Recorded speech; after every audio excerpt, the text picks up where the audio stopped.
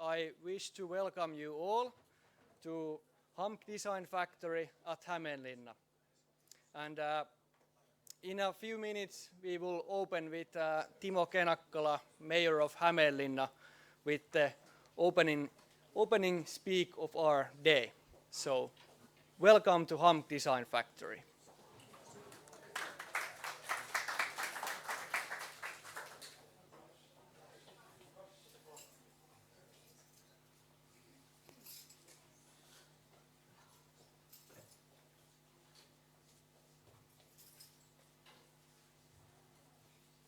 Okay, Timo, you can have the floor.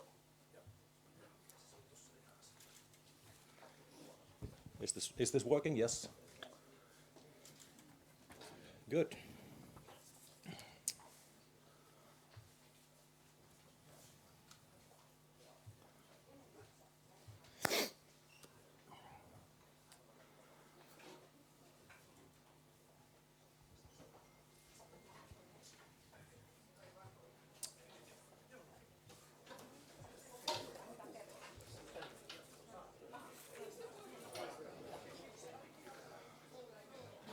Okay, dear listeners, ladies and gentlemen, it is really pleasure to see you all here in Hämeenlinna and here in Visamäki. I think we are having a certain kind of historical moment, opening of the design factory. The design factory which connects students, teachers, researchers, and also business life. Today's and tomorrow's success factors of companies and also for cities, it is very much based on cooperation and we here in Hämeenlinna, we say that it is very much dependent on so-called hard factors. And in these hard factors, it is the competence development and innovation centers are key issues when attracting companies and experts and people coming to the city and moving to the city. These future success stories, either in business or growing cities, they are based on networking and a strong partnership between different parties. And success is very much based on exchange of knowledge and partnership and also trust between the parties.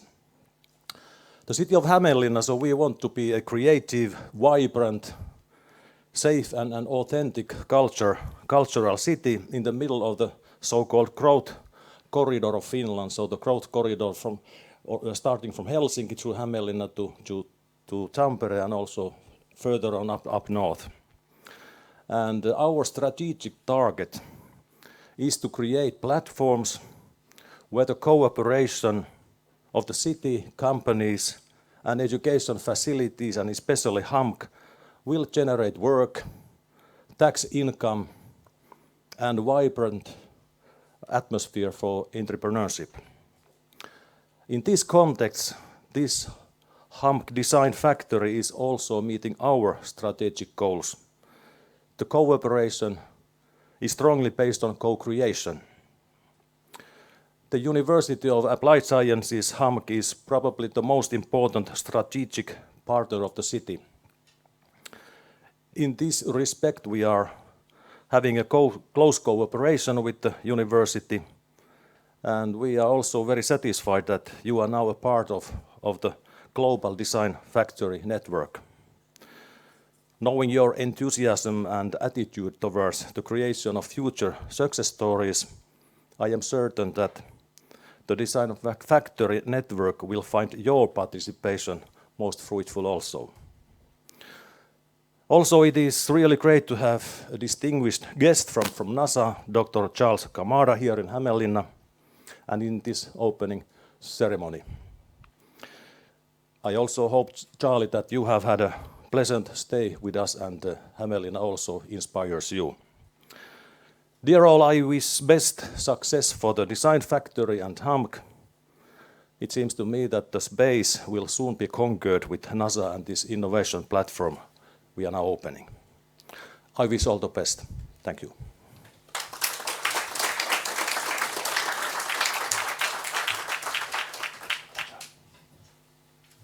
Thank you, Timo. We hope to conquer space next, and starting with HAMK's President Rector Pertti Puusaari will address our start of Design Factory. Thank you.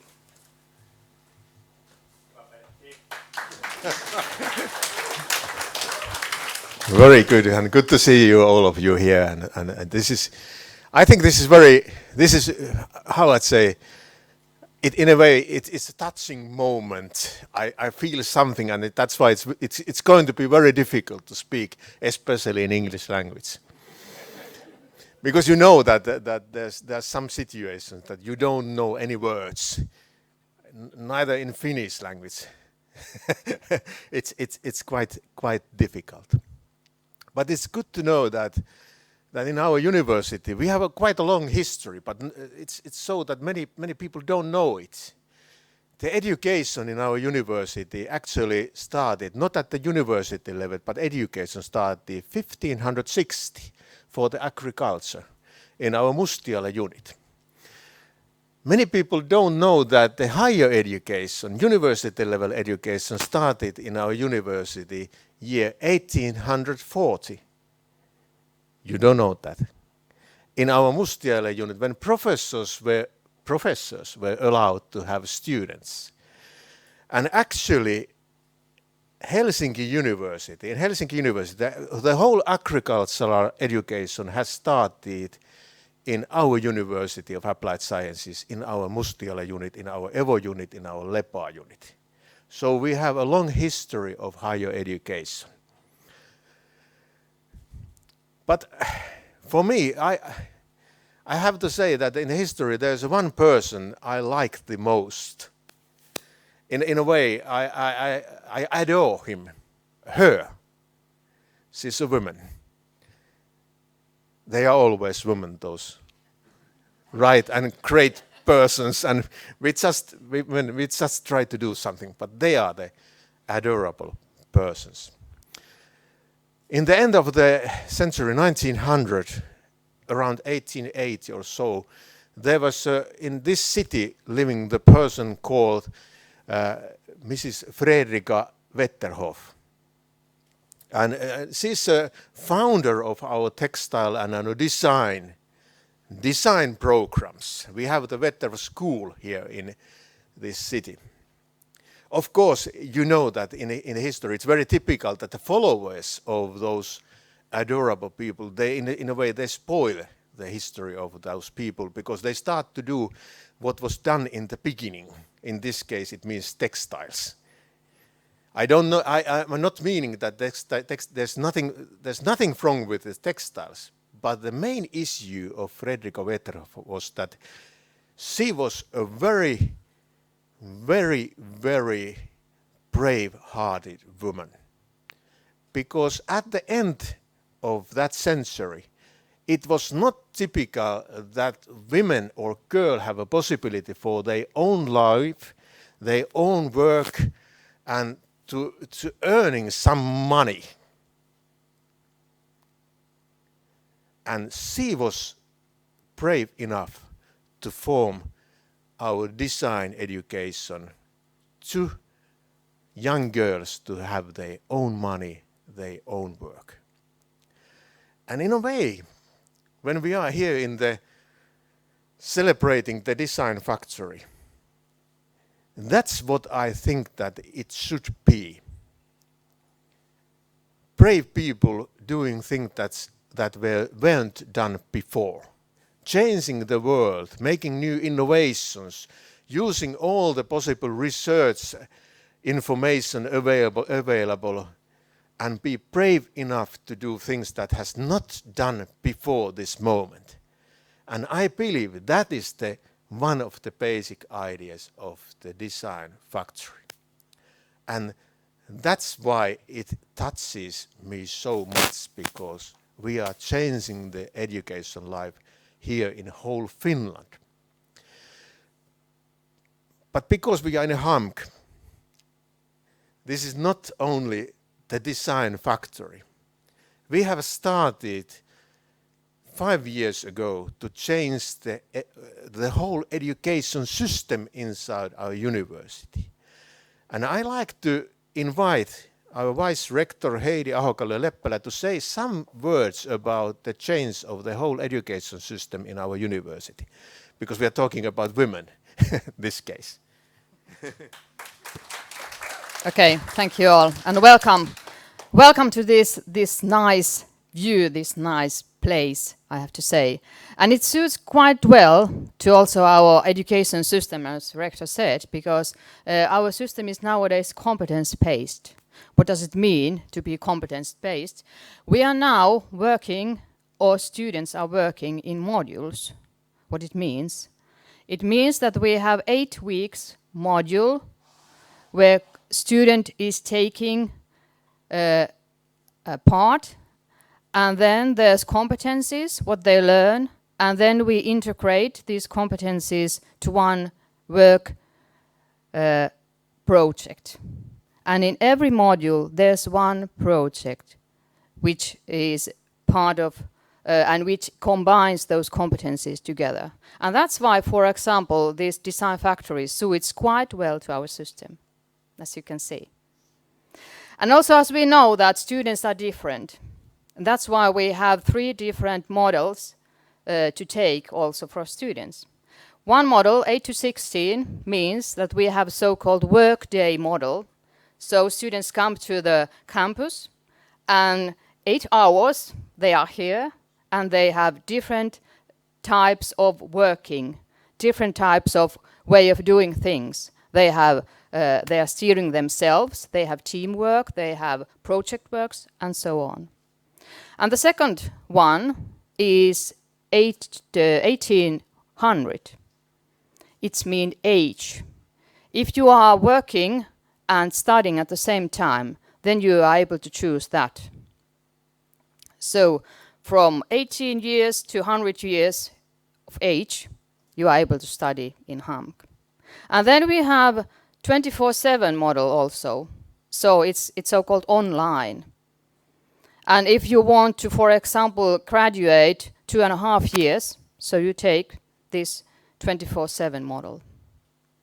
And that's we think that because students are different, we have to have different way of working also in this campus. That's all. Thank you. Okay, we continue about that. And you notice that we are changing the whole education system in our university. So what we are doing here in HAMK, we are trying to make the situation that everybody is so enthusiastic to do innovative things and have learned that way of doing that everybody wants to participate design factory module and design factory studies in the end of their studies. So we believe in our students that they are so good. When encouraged, they do things that we never expected them to do in the future. And that's what we believe. Okay, I have to go back to the starting point. I started from the history about the Vetterhof and design and the bravery, changing the world and innovative things. We continued with the change of the education modules. We have formed these research units in our university to increase the development of speed. We have established the competence and goal management system to combine strategy and the competence. But finally, we discussed over 1 year with the president, nowadays president of Aalto, Ilkka Niemelä. And we were discussing about education policy and what is happening in the education. And in the beginning we said that just discuss, and it might cause that our color of our faces, it's sometimes green and sometimes red and so on. But we decided that at the end of the meeting we are still friends. Because you know that everything, so many things is happening in Finland just now. So many things is happening in Finland just now. many times he was saying that we could have a contract that that the basic idea is that our candidate students, bachelor students, have a route to the master's degree program. And I have to say that in a way, in those cases, I didn't so, but I did so. I didn't want to hear that, because I think that the cooperation, co-creation between the big brother or father and the son or mother and the daughter or small sister and big sister can be different, so that both of us, in a way, we benefit more about the cooperation, even though we are different and under the different legislations. And after 1 year of discussion, once there was a moment, Ilkka was saying to us that we can have a strategic contract about our cooperation. And it was really a happy moment. And those players in Aalto University who are doing the Design Factory and working on that area of Design Factory, I still remember, I was saying that the one thing that we want to have in our University of Applied Sciences is Design Factory, because it's so good, it's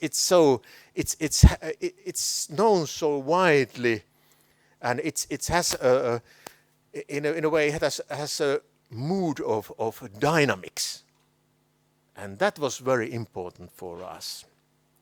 And after that, I have seen that the people from Aalto and people from HAMK has done very good work, and if I know it right, in very good cooperation to building up also the Design Factory here in HAMK. And I hope that also people in Aalto, you feel that this is encouraging you, that you are doing things in the right way, and that we feel that it's so encouraging to work with you.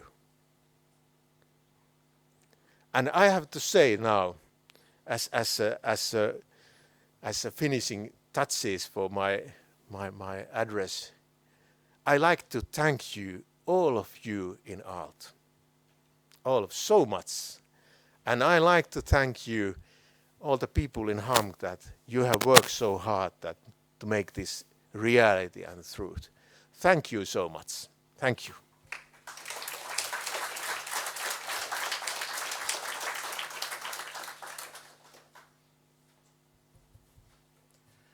Thank you, Pertti and Heidi. Those were nice words, and yeah, we really feel honored to be here with the Aalto Design Factory crew in bringing this thing to HAMK. And for that, I wanted to say and show something that what do we think about HAMK Design Factory, and what do we want to be? So since today we are officially opening HAMK Design Factory, it's also important to kind of bring it forward what kind of design factory we want to be. And the first thing why we are here is the students. We are here for the students to really help them develop competencies that they can use in working life and really make a difference, change the world, make the world better. And it is our dream that learning in Design Factory would be something like this. So, like we all were kids, we were enjoying learning new things. So we want to bring this same kind of atmosphere here for learning also in higher education. So to have this kind of success, to have experiences that excite people, make them happy and feel like they really made a difference. They really were able to make some change, make the world a better place.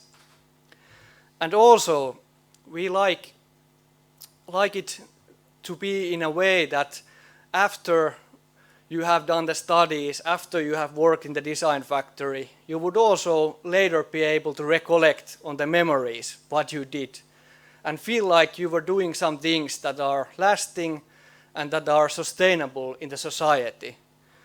And everything we do here, we try to think of not only us, not only the next generation, but the whole world. How can we make the whole world a better place?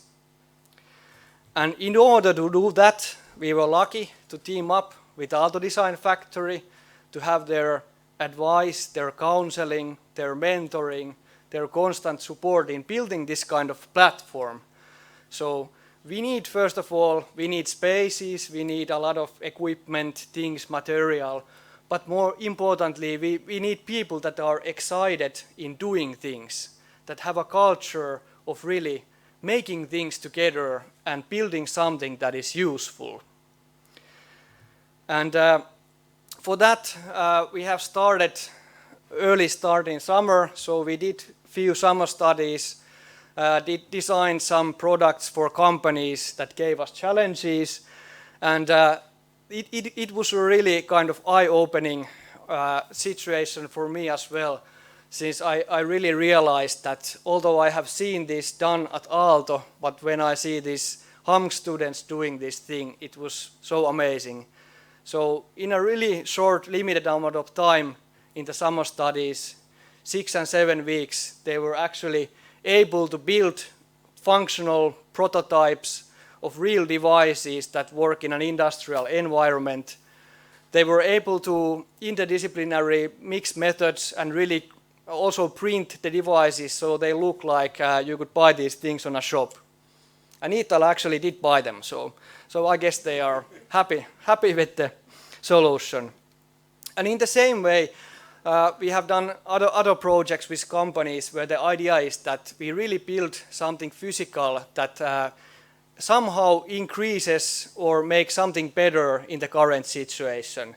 So, and also not only kind of involving one discipline of, let's say, engineering, mechanical engineering or design, but involving business, involving other fields. So we can really make such products that not are only functional, look nice, but they make value for the organizations that we are producing them. And sometimes the design factory activities can be totally different. So it can be a train. So if the customers don't come to us, we go to the customers. And we use the train trip to ideate, make the concepts, and so on. So we also find different environments where we do the work. What is the most efficient way to accomplish something what we like to do? And in the end, it is about this kind of community. So we are all different people, we all have different perspectives, we all have different ideas. And the strength and power comes from this combination of these individual personalities, individual competencies that we can put together and really make this happen. And to demonstrate this, I would like the HAMK Design Factory staff raise up so you can see who is today presenting us.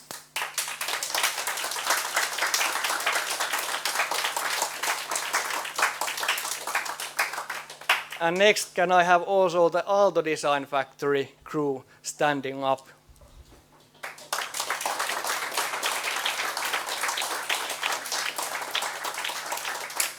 Thank you. So as you can see, quite diverse bunch of people with a lot of different competencies and skills that we can make, and together build something not only for HAMK but for the wider society, together with Aalto University. And for this event, it's not only launching us one design factory in Hämeenlinna, but this is also about us becoming a part of the Design Factory global network, which includes 25 different design factories all over the world. We are the 25th design factory in the world and the second in Finland. So that is something that we are truly kind of looking forward in building this collaboration and seeing how our students can join the global design network, design factory network, and also how we can work together with Aalto in these projects. So we have a lot of opportunities, not only for our students, but on the other side for the companies, for the local companies and also the companies in the region. We can have several different projects around the world, and we can have a lot of global expertise working for our local companies. And that's a big strength that we can make use of when we just imagine how we combine these different network partners and different companies and organizations around the world. And this, for us, is a really big event, and we wish to celebrate it by having the higher leadership of both organizations saying a few words and presenting small tokens of this collaboration. So I would like to invite Pertti Puusaari, Rector and President of HAMK University of Applied Sciences, and Provost Kristiina Mäkelä of Aalto University on the stage.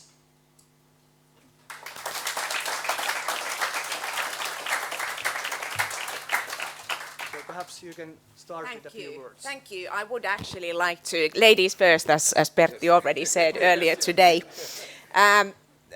Wow, I am inspired.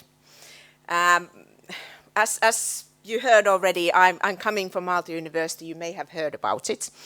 However, I think our history is actually much shorter than what your history is. We're just about 10 years old in next January, so we have something to look up to in terms of the years to come. You know, we may have achieved some things in the past 10 years, and something the things that we are very proud of. But when I look at what you have done, I'm in awe. As you described, I think the decision to do a design factory or build a design factory here, found a design factory here, was made at the beginning of the year or late last year. Your crew visited us in February. I had a pleasure to be there at the time, and then the boot camp and things like that. And we're already here now. That's 8 months, which is kind of amazing. And in fact, I must add to here, HAMK is the 25th design factory, but we actually have 26 now, and hopefully 27 in very, very, very soon. So that's growing as well. But in all seriousness, really, and this is something Pertti and I just discussed this morning. If I think about the higher education landscape here in Finland, I think we are different, the two of us. Different in the way that I can't think of any other higher education institutions in Finland who are, you know, so forward-looking as the two institutions here. And that, I think, will be a huge force of change and also an advantage and in years to come, because the world is changing so fast. So we have an appetite for change, an appetite for being at the forefront in a very different way than anyone else in this country, and that's wonderful.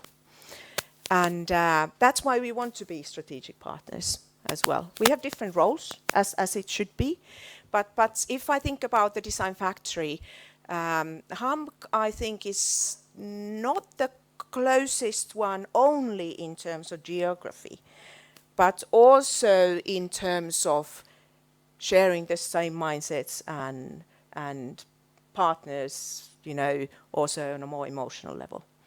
So I'm so proud to be here and so happy to give this little token gift to you, a tie. and surprisingly enough looks very similar to what I might be getting. So let's see. This is not tie. This is scarf, and this is designed by our students. So this is an official present to you. Thank you. Congratulations. Congratulations. Thank you. Thank you so much. Can we open these? Yes, please do. Okay, we'll open these. I took the wrong color.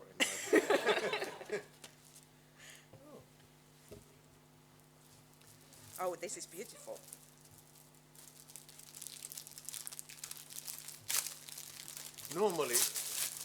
Normally in HAMK we don't use ties, but I think this is worth of that, this situation.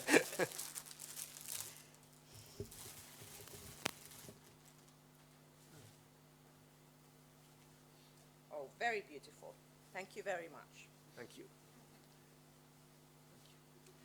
Excellent, excellent. So, I really wish to applaud your nice tie putting on, and you too.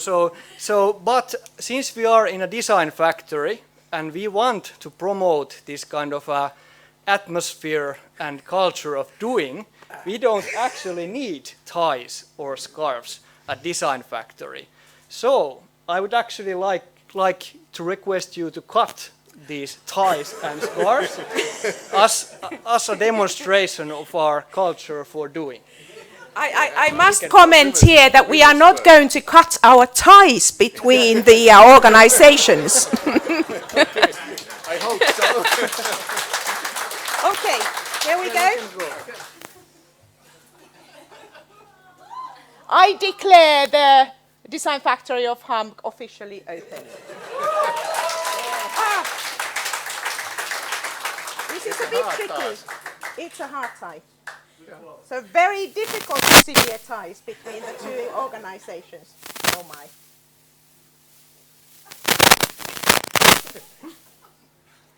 Hey, I managed. Okay.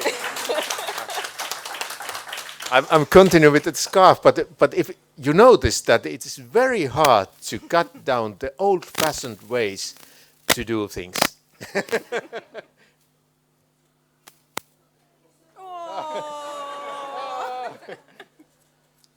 Okay. Here we go. Thank you. And now we need some help from Aalto Design Factory as well. So we don't want this to be just a short moment in the history of HAMK Design Factory, but we actually like to have this memory on our wall for the future. So what we will actually do is you have another task. So we will put those scarves and ties on our wooden wall, and you can nail them on the wall for our memory of this day and for the future to know how we like to do work at HAMK Design Factory. Okay. Brilliant. Yeah, okay. Here we go.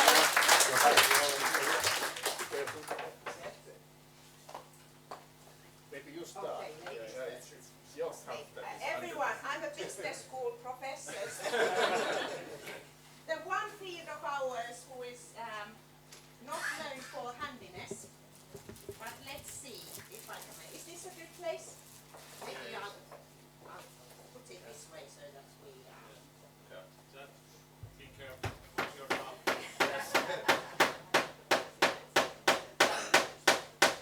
Is this enough? Yes. Okay, here we go.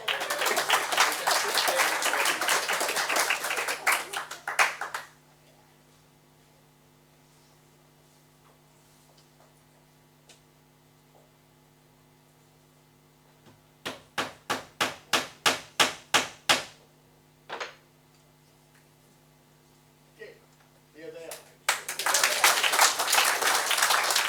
What do we do with the other ones? We can nail them. Yes, let's nail them.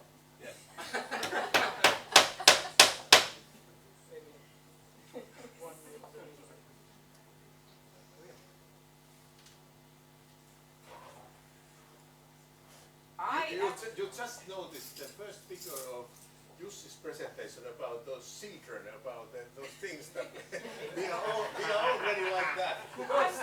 I'm actually, where's Eetu? Eetu, come here, because I have done nothing, really. So it's Eetu and his crew who've done everything, so that's your turn. But I'm going to take my fingers off.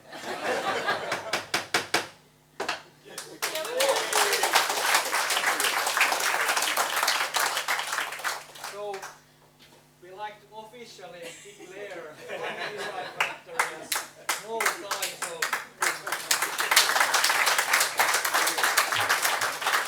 So thank you, and now it's time for a short coffee break. So please have refreshments on the back, and we'll figure out how to put this on the wall. Thank you.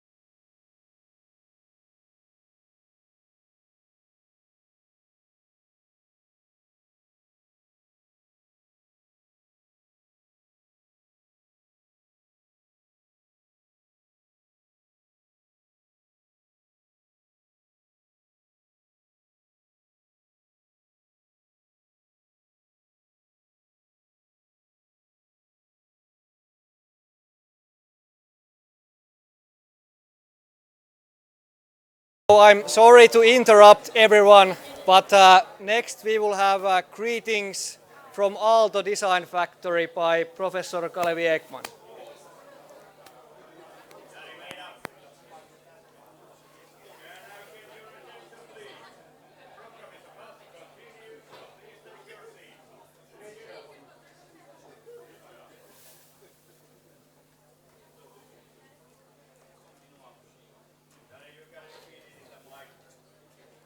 Yeah, excellent. So everyone take a seat.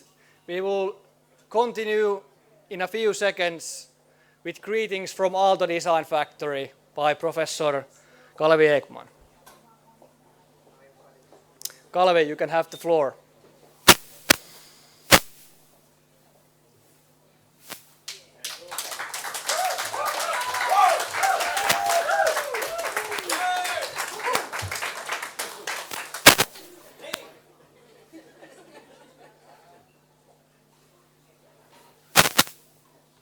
Good morning.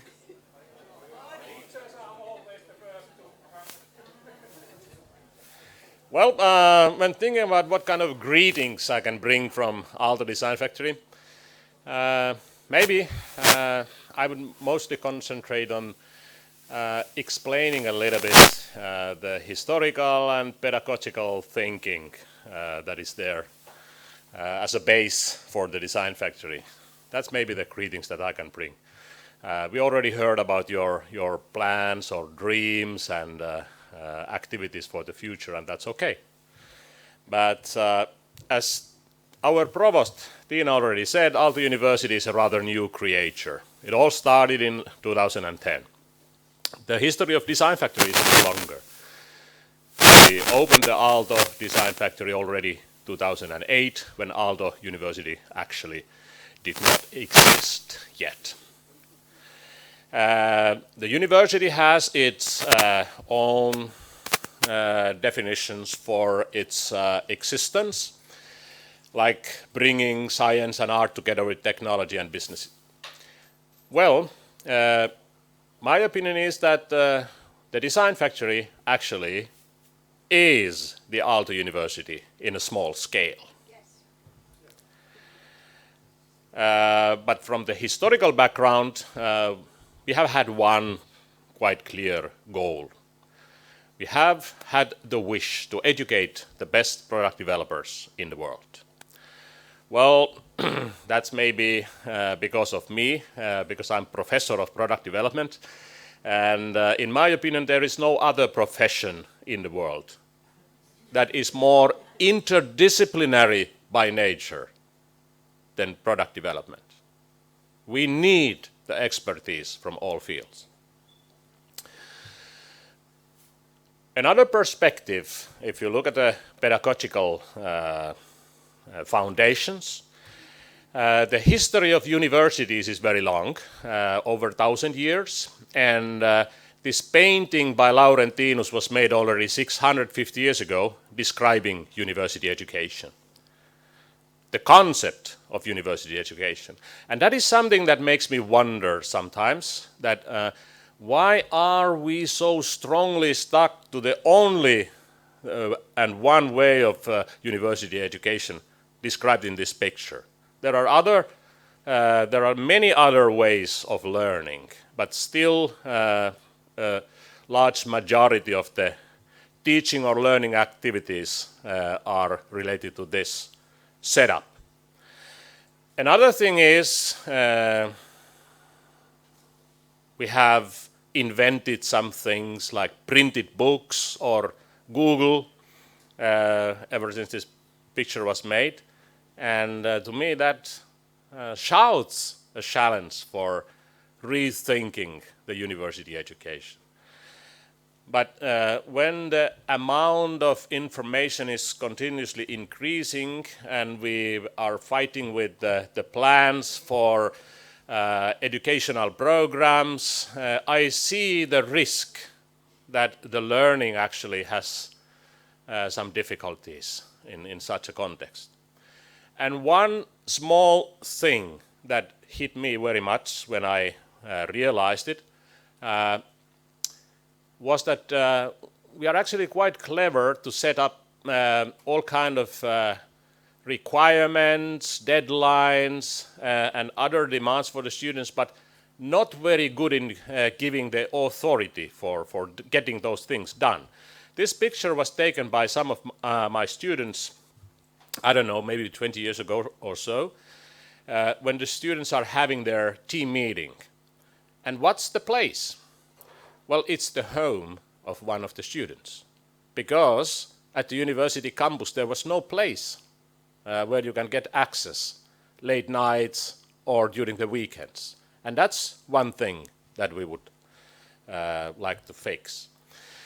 So when coming back to the design factory concept in Aalto University, it can be described by some keywords like PBL, usually used for problem-based learning, project-based learning, but in our case, even for passion-based learning.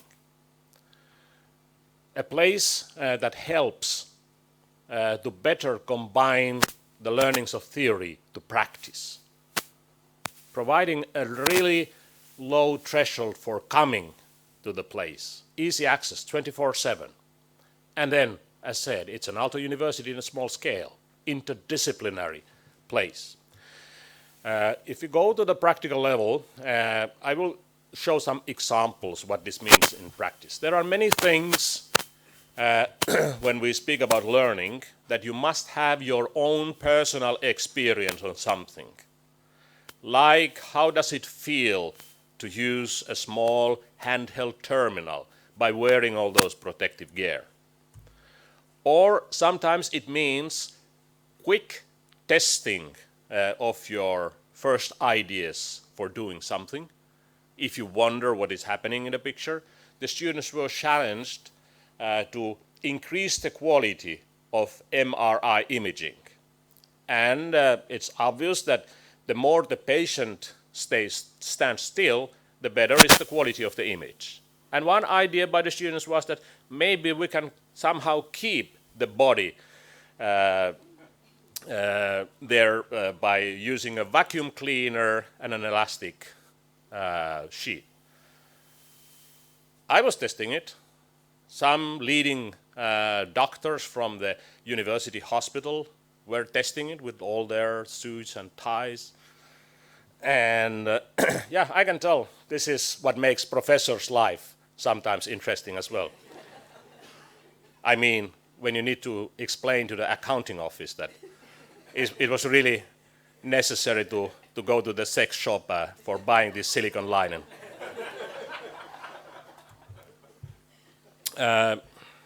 And what I see very important and efficient is also the way of learning from a more experienced scientist, designer, product developer, having access to machinery and having also spaces that are flexible for various kind of use.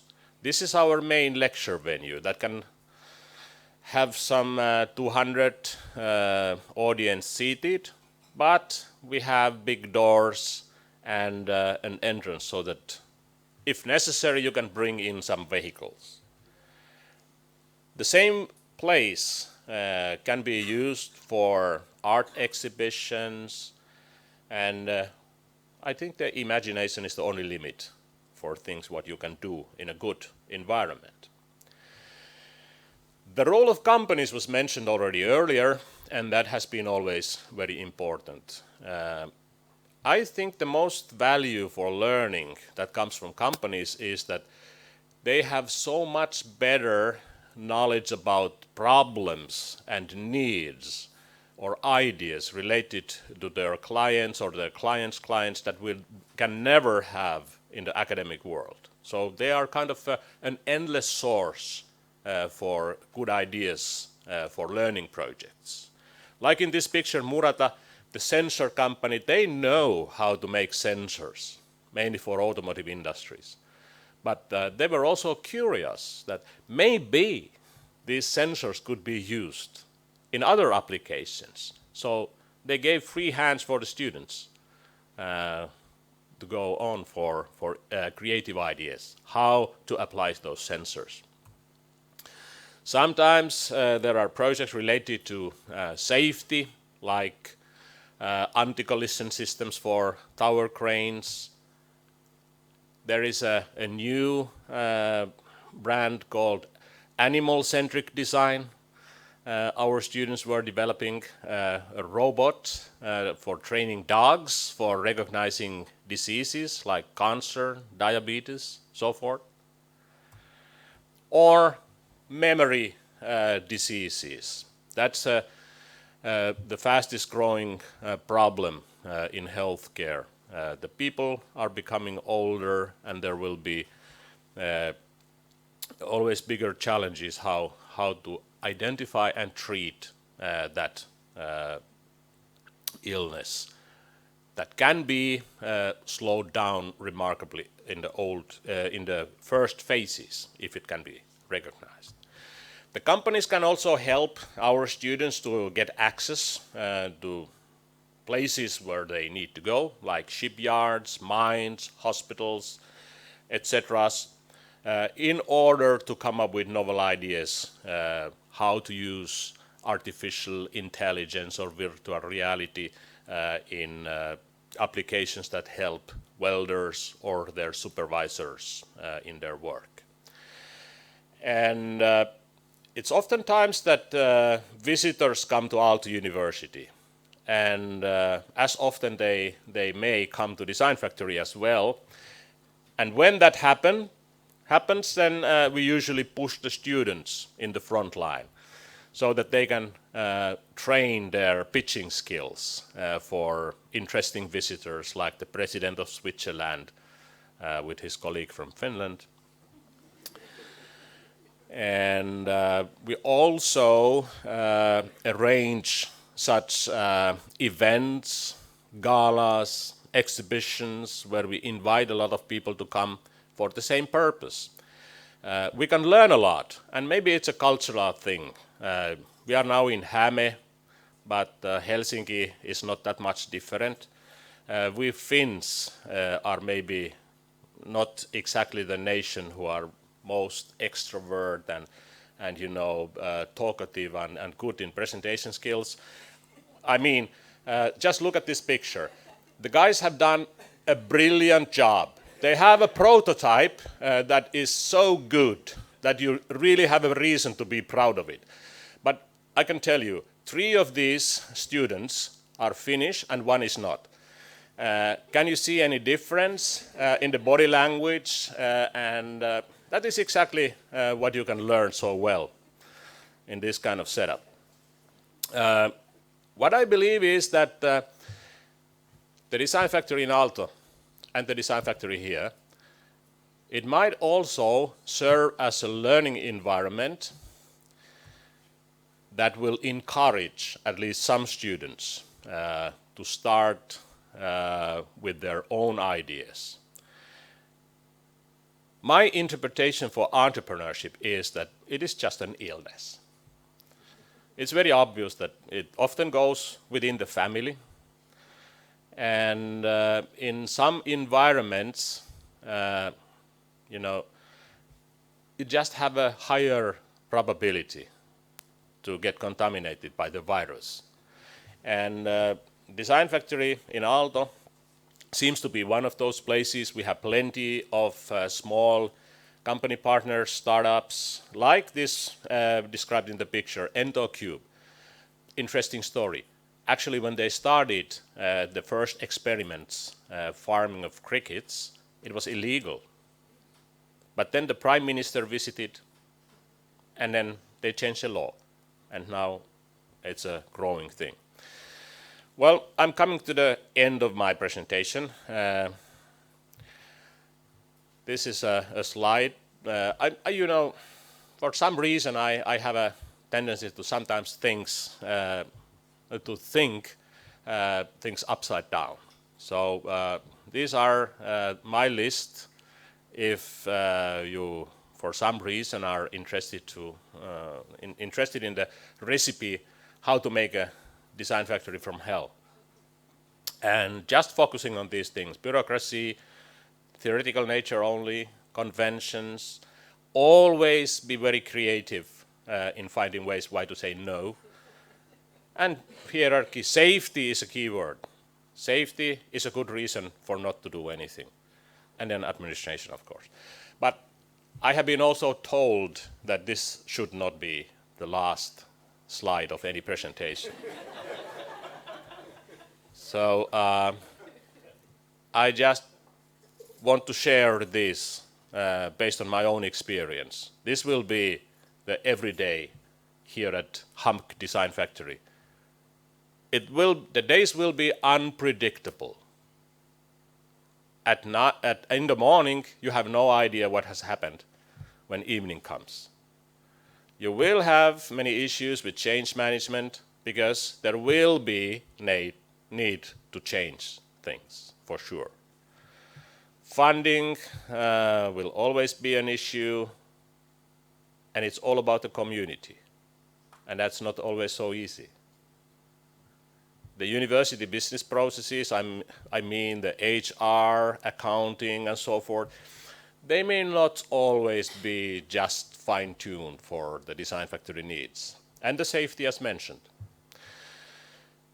I would not say the slogan break every rule, because I don't want to encourage you to break the safety rules, for instance. But what I encourage you to do is that rethink every rule when necessary. Thank you.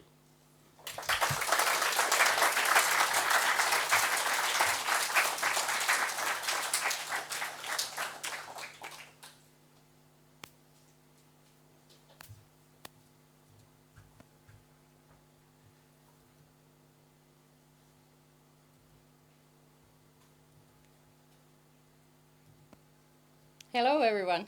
Hello. My name is Päivi, and it's such a joy to be here because I get to talk about my favorite topic, which is the Design Factory Global Network. I have the privilege of working in a team that supports the development of new design factories. And as Eetu mentioned, Aalto Design Factory opened in 2008. And after that, this video will now show you 24 different design factories, but now we are here celebrating the opening of the 25th design factory, HAMK Design Factory, which is pretty amazing. Since we know that they are already working on a lot of things, they've already have students, they've already had courses, they've had projects. So really here it's kind of like a mid-journey celebration, but that's the way to do it, to experiment. And that's what all design factories are built as. They are founded as experimentation platforms for the hosting institution. What it means in practice is that the 25 now design factories have slightly bigger reach than the individual ones that we have. So these numbers are now a little bit old. We're now collecting new data. But 5,300 students in one academic year in the world have a design factory experience. 196 courses are done under the umbrella of Design Factory. We have 78 people working full-time for design factories, 225 companies involved in the ecosystems. And the students are solving problems for industry sponsors for 173 problems a year. But to sum up, we are an experimentation platform, all of us together as a network, but then all of the design factories individually.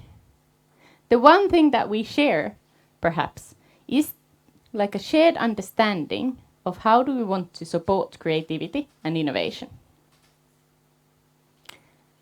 I look at this from the perspective of organizational culture, so that's what I want to talk about today. But before we do that, I'd like to get you to experience that a little bit. So I want you to find a pair. So look to the person next to you. If you know that person really well, turn away and look in the different direction.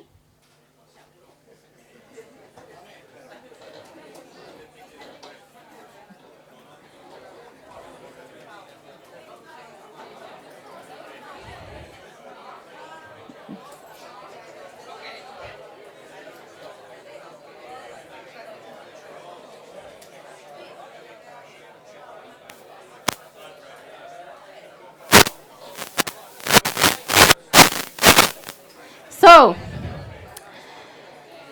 one of you will be A and one of you will be B.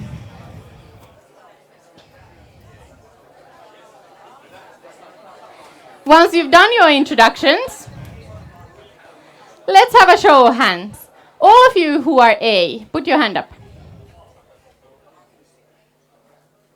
Excellent. All of you, there's 3, they have no idea what's going on. All of you who are B, put your hand up. Now use that hand to cover your eyes, because you are not allowed to look at the slides now.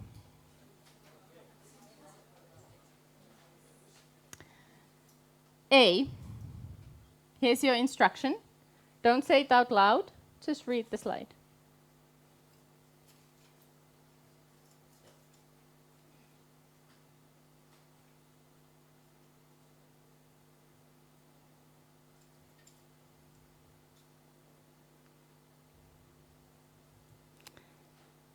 And now let's shift the roles. So A, cover your eyes, don't look at the slides, and B's, read your instructions.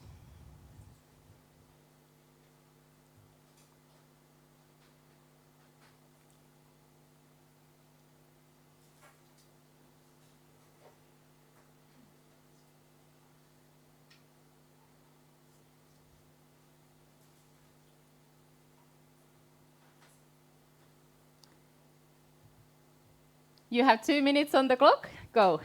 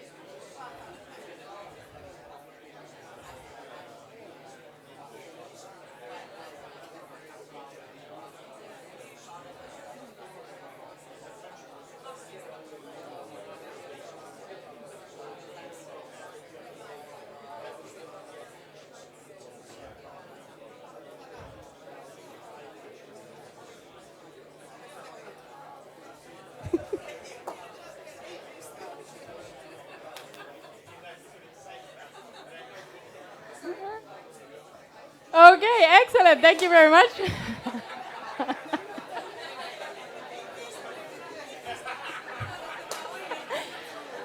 Oh man, thank you. Give yourself a hand of applause.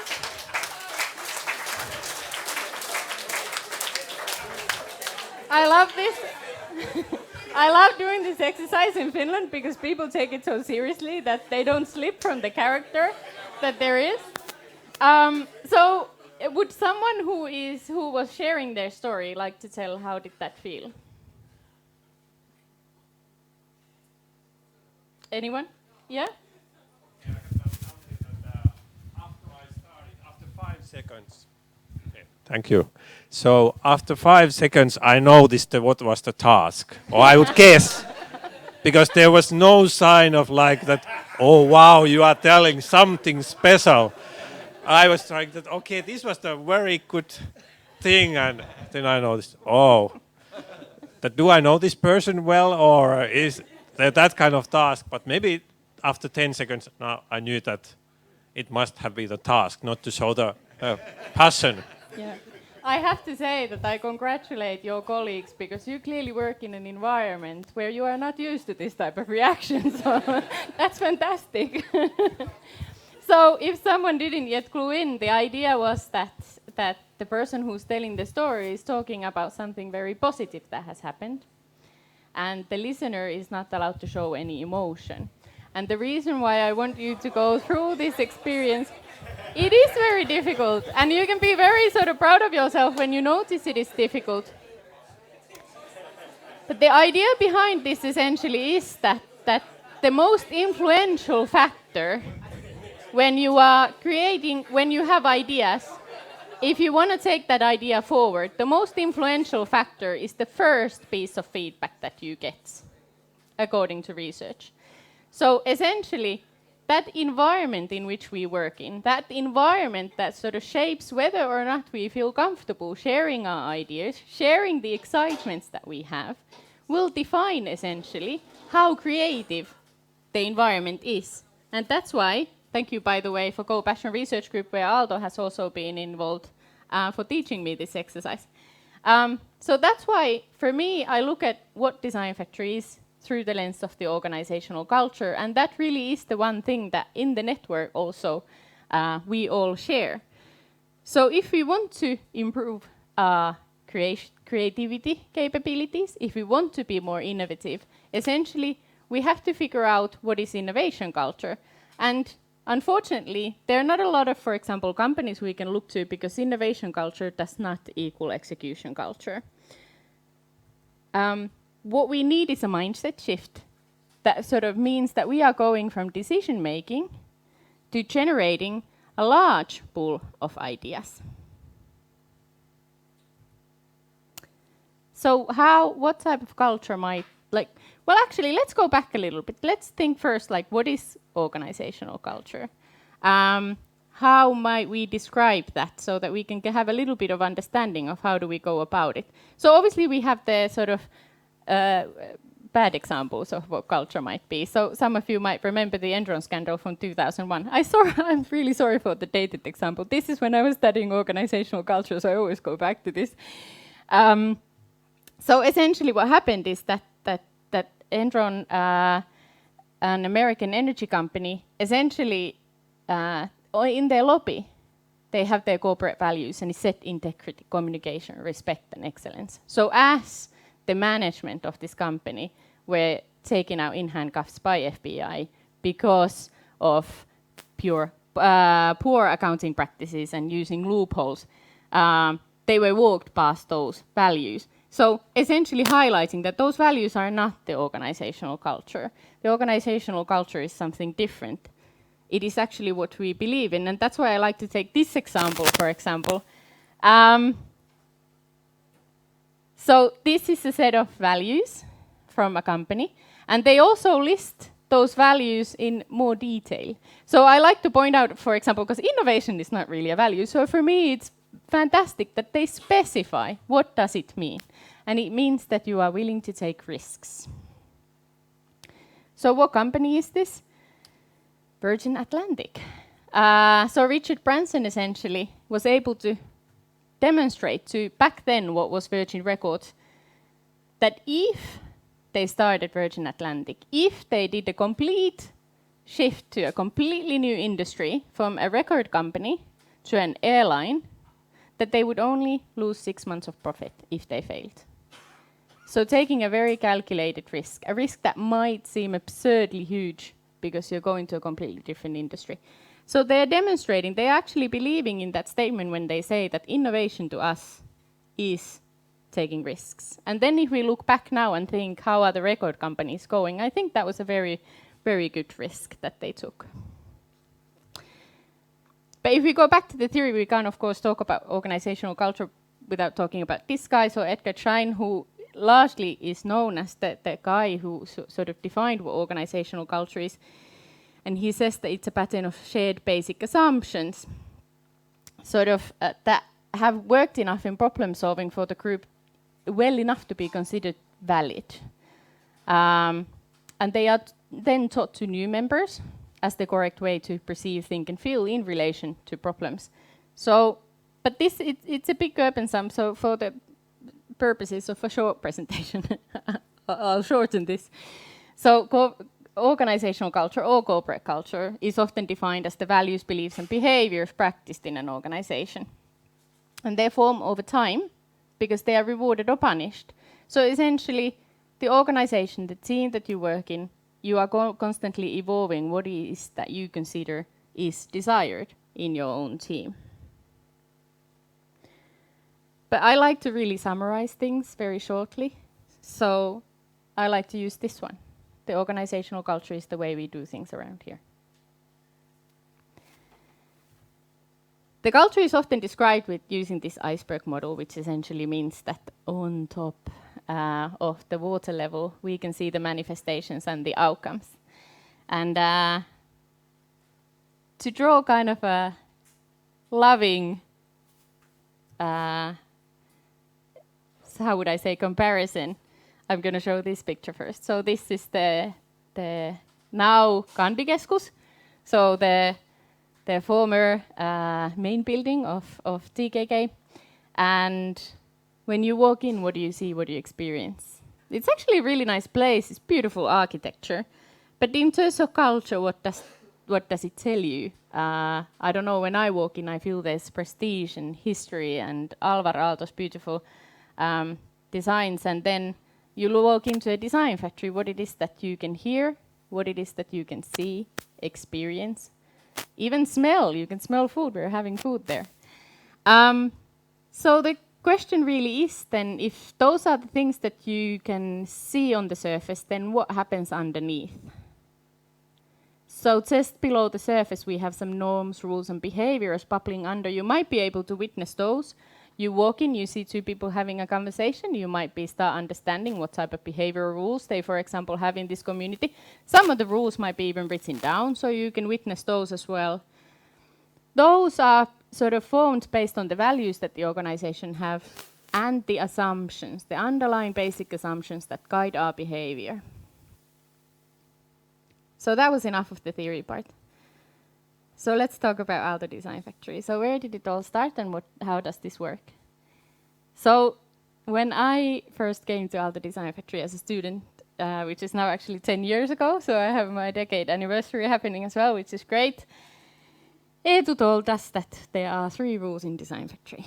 You talk to strangers, your mother doesn't work here, and safety comes first. So if these are kind of the things that we can see on the surface, why? Why do we have these rules and what does it mean? What happens underneath all those layers? So let's talk about the rule number 1 first.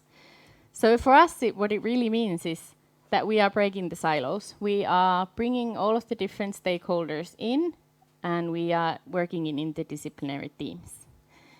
We want to have intercultural diversity, international collaboration, even supporting things like women in engineering.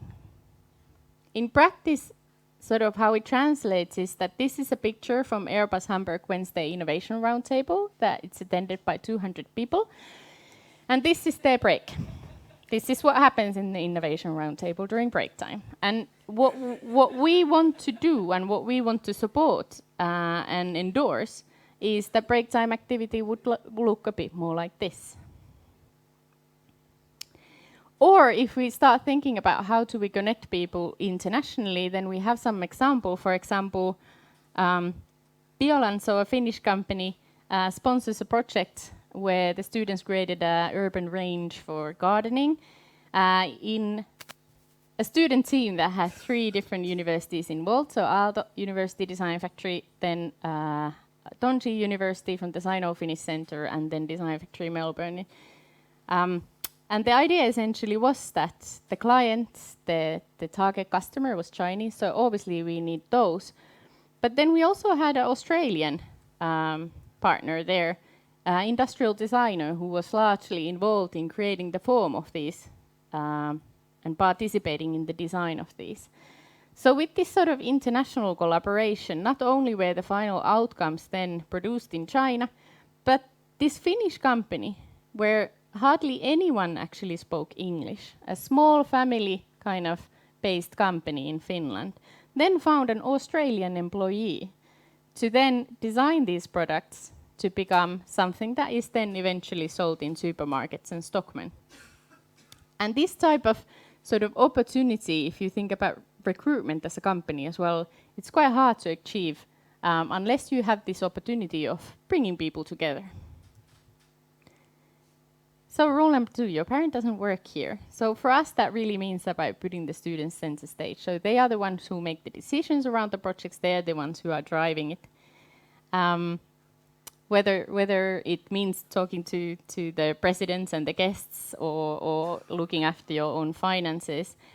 But really, what it means is that there are no right answers to the problems we are solving, and the curiosity is often the driving force behind the investigation. But it also means that, for example, in Aaltonaut program, so our bachelor level minor program, the students support the program development. So they are the co-creators of their own education and not just kind of the customer there. On Eetu's course, we had Visa, for example, who showed up and said, hey, I have a project idea, can we do this? So when we talk about sort of working with industry partners, sometimes it just means one very passionate student who wants to create a device that can make using your cell phone safer and more affordable in your cars. So essentially creating a mass market solution for something that has been typically sort of limited for the high-end cars. And then last but not least, safety comes first. So what inherently sort of is there is that we are building things, we are prototyping, we are learning by doing. Whether it means that we are sort of doing theatre play or different types of mock-ups of services or experiences, we are doing iteration and experimentation. But we also kind of extend the concept of safety to this aspect of psychological safety as well. And one of our former colleagues has created this I like, I wish way of the students giving feedback. So looking at opportunities of how the students' team then can support each other better in their teamwork so that they can perform better as a team, as a more creative team. So that when we start looking at these three different rules that we have, and we start sort of looking at different concepts, you might notice that some of these then are also kind of related to the theories related to creativity and innovation. But then that starts forming sort of the bigger picture of what the culture then actually is. The things that you can see on the surface, you start to little bit unpack what it is that the Design Factory culture then overall is. So essentially, going back to this idea of organizational culture is the way we do things around here. And why I like this, it is because the actor, the person who's doing it, is all of us. So we all have the responsibility of shaping that culture. So then what I would like to do is I would like you to do one more short exercise. So now take a few seconds to think about when was the last time that someone made you feel encouraged, free to create, or even allowed to take a risk. And what happened in that situation? How did that other person make you feel that way?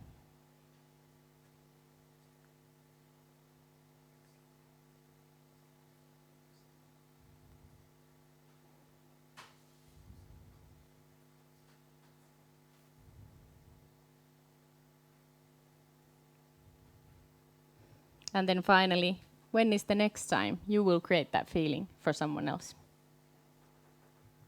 Thank you.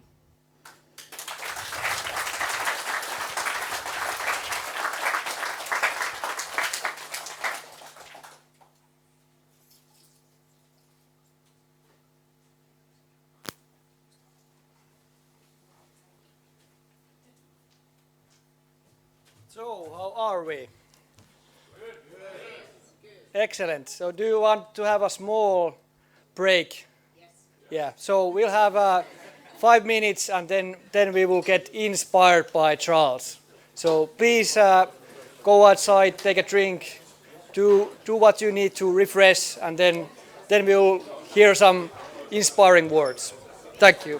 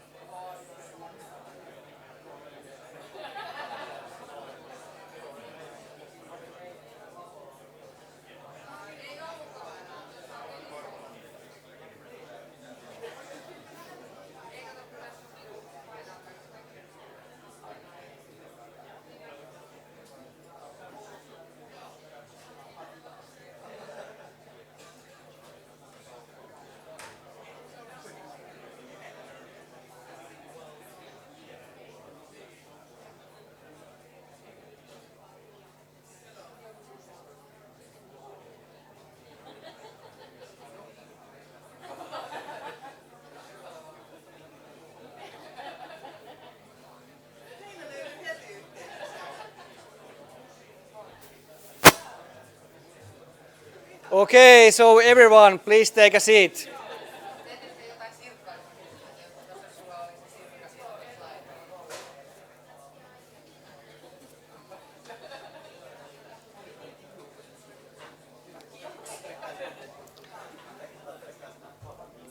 Okay, so we will start in 30 seconds, so everyone take a seat. Päivi was talking about innovation culture and organizational culture, and we all need inspiration in how to change that. And to bring this kind of inspiration for all of us, I would like to invite Dr. Charles Camarda, CEO and founder of EPIC Education Foundation. So, you have the floor. Okay. Thank you, Yadi.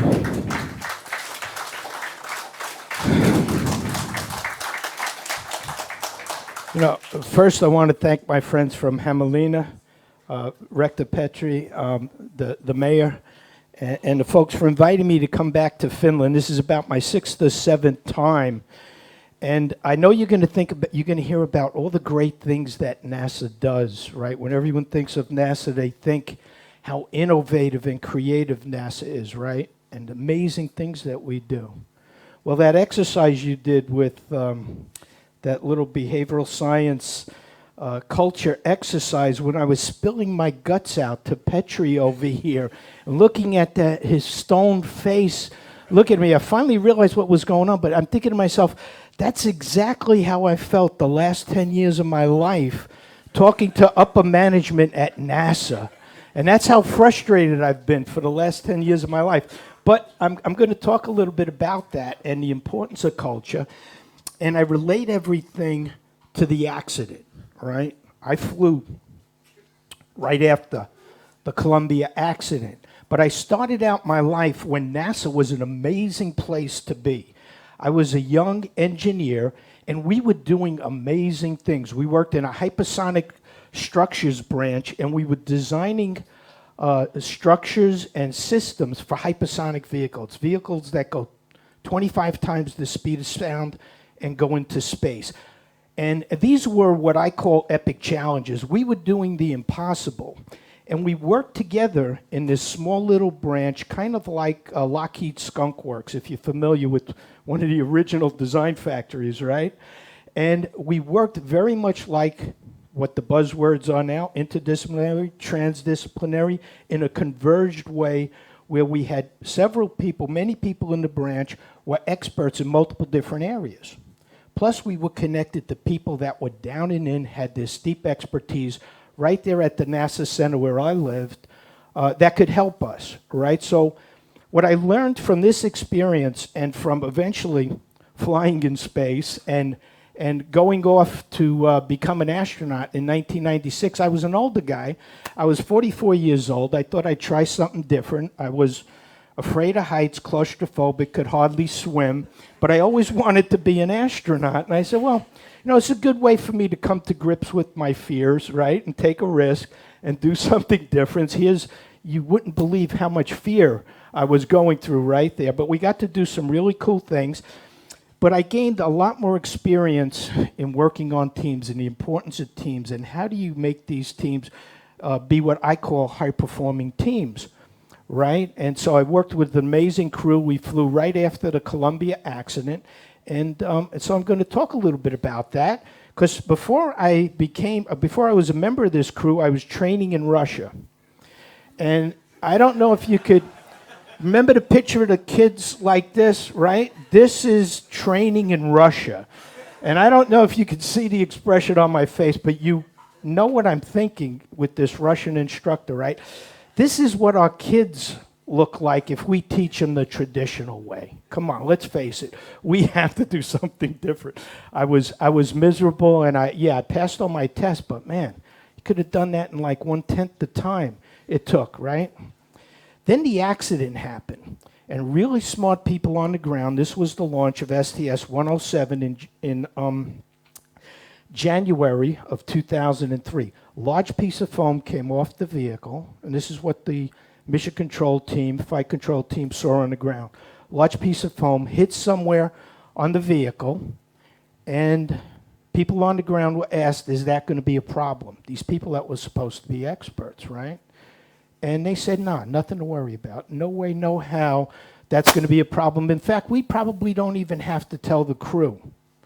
And then you all know what happened. I guess I should turn this thing off. You all know what happened. We lost the crew, we lost the vehicle. And NASA literally and figuratively had to start picking up the pieces, thousands of pieces across southeast Texas, putting it together, trying to figure out what caused this problem, right? And so a large piece of foam called the bipod ramp came off and hit somewhere on the vehicle, either the wing leading edge or underneath the vehicle on one of the fragile thermal protection tiles. And this vehicle, you know, experiences 2,600 degrees Fahrenheit on the acreage area, about 3,000 degrees Fahrenheit on the wing leading edge, and small damage could be critical. When the Columbia Accident Investigation Board reviewed this, right, they found that the primary cause of this problem was psychological safety. And wouldn't you know, this is one of the key attributes that you have to have in a team in order for that team to perform as a high-performing team, and also how to learn, okay? And so I'm devoting a lot of my life in education and really how we understand how these teams behave. So the first thing after the accident, we had to understand what caused the problem. We thought it was the foam.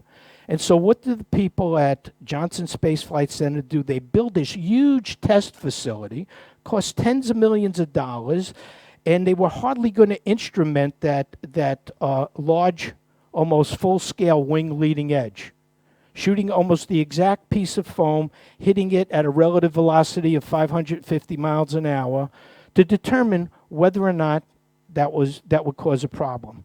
This is what I call a dumb, slow, expensive test, right? This is why NASA does things, and it costs a tremendous amount of money.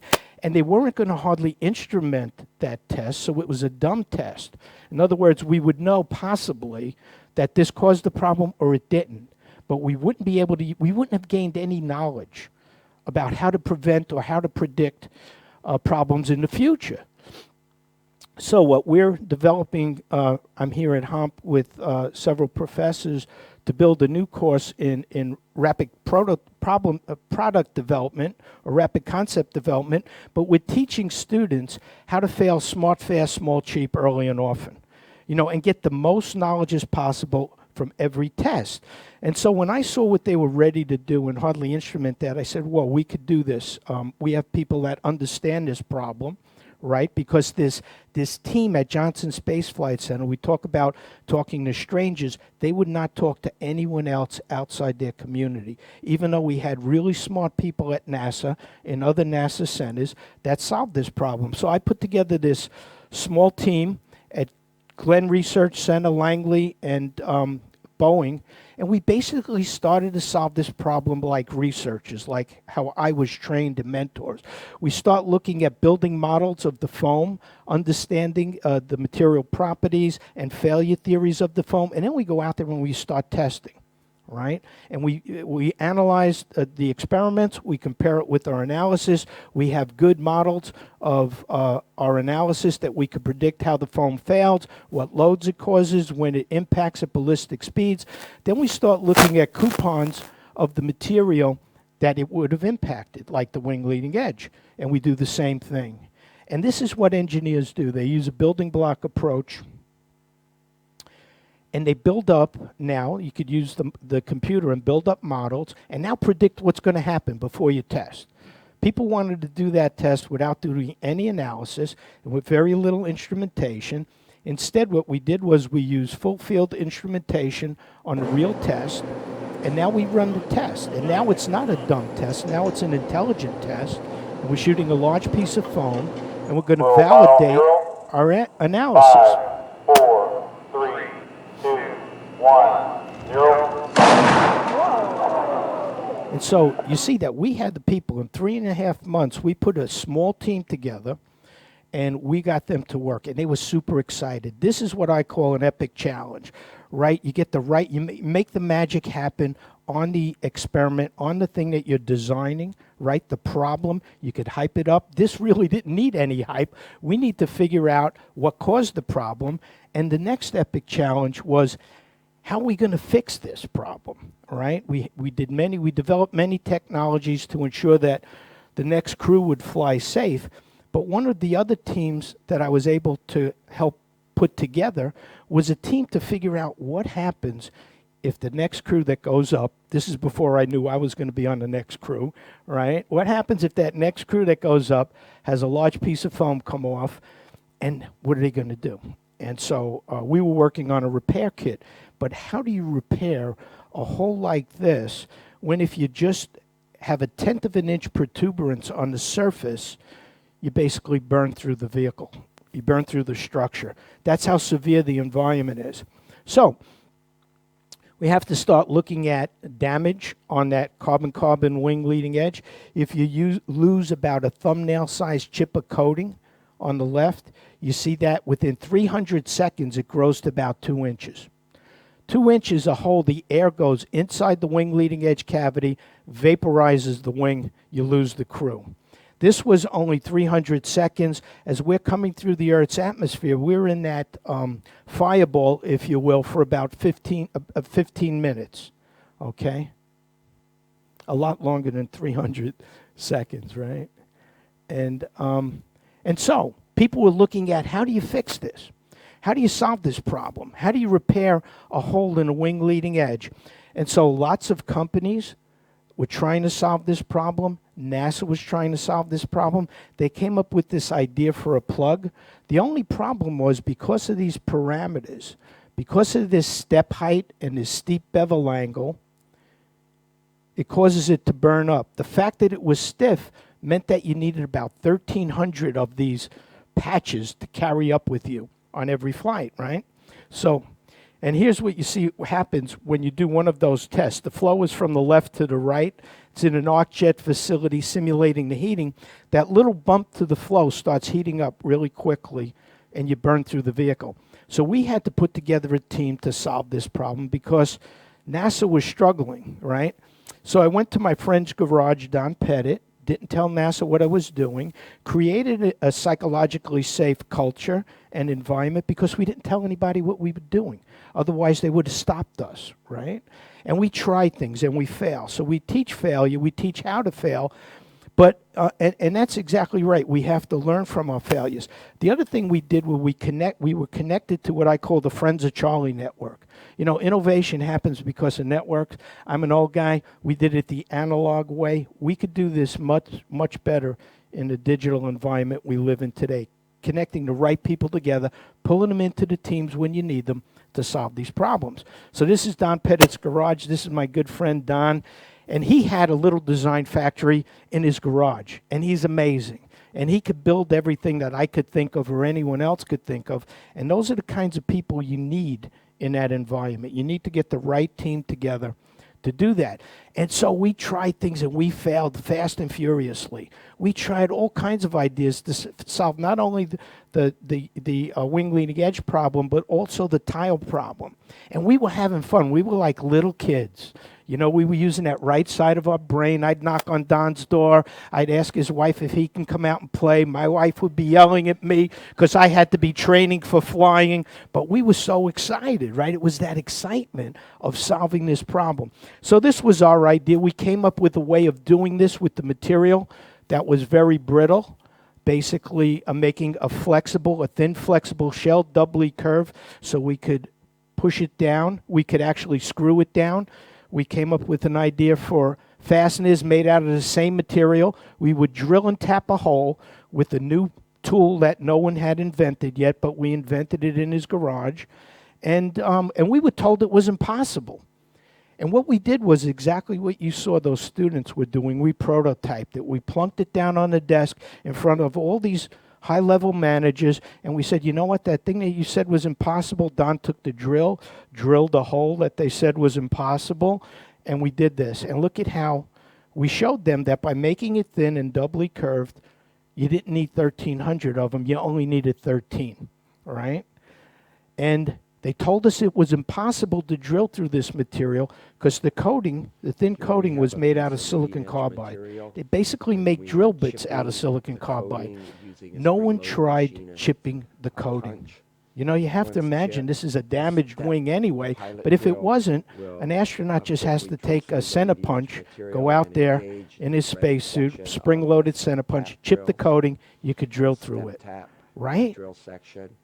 Really smart PhDs did not think of that, right? I know nothing about drilling and tools. We ended up designing a drill bit.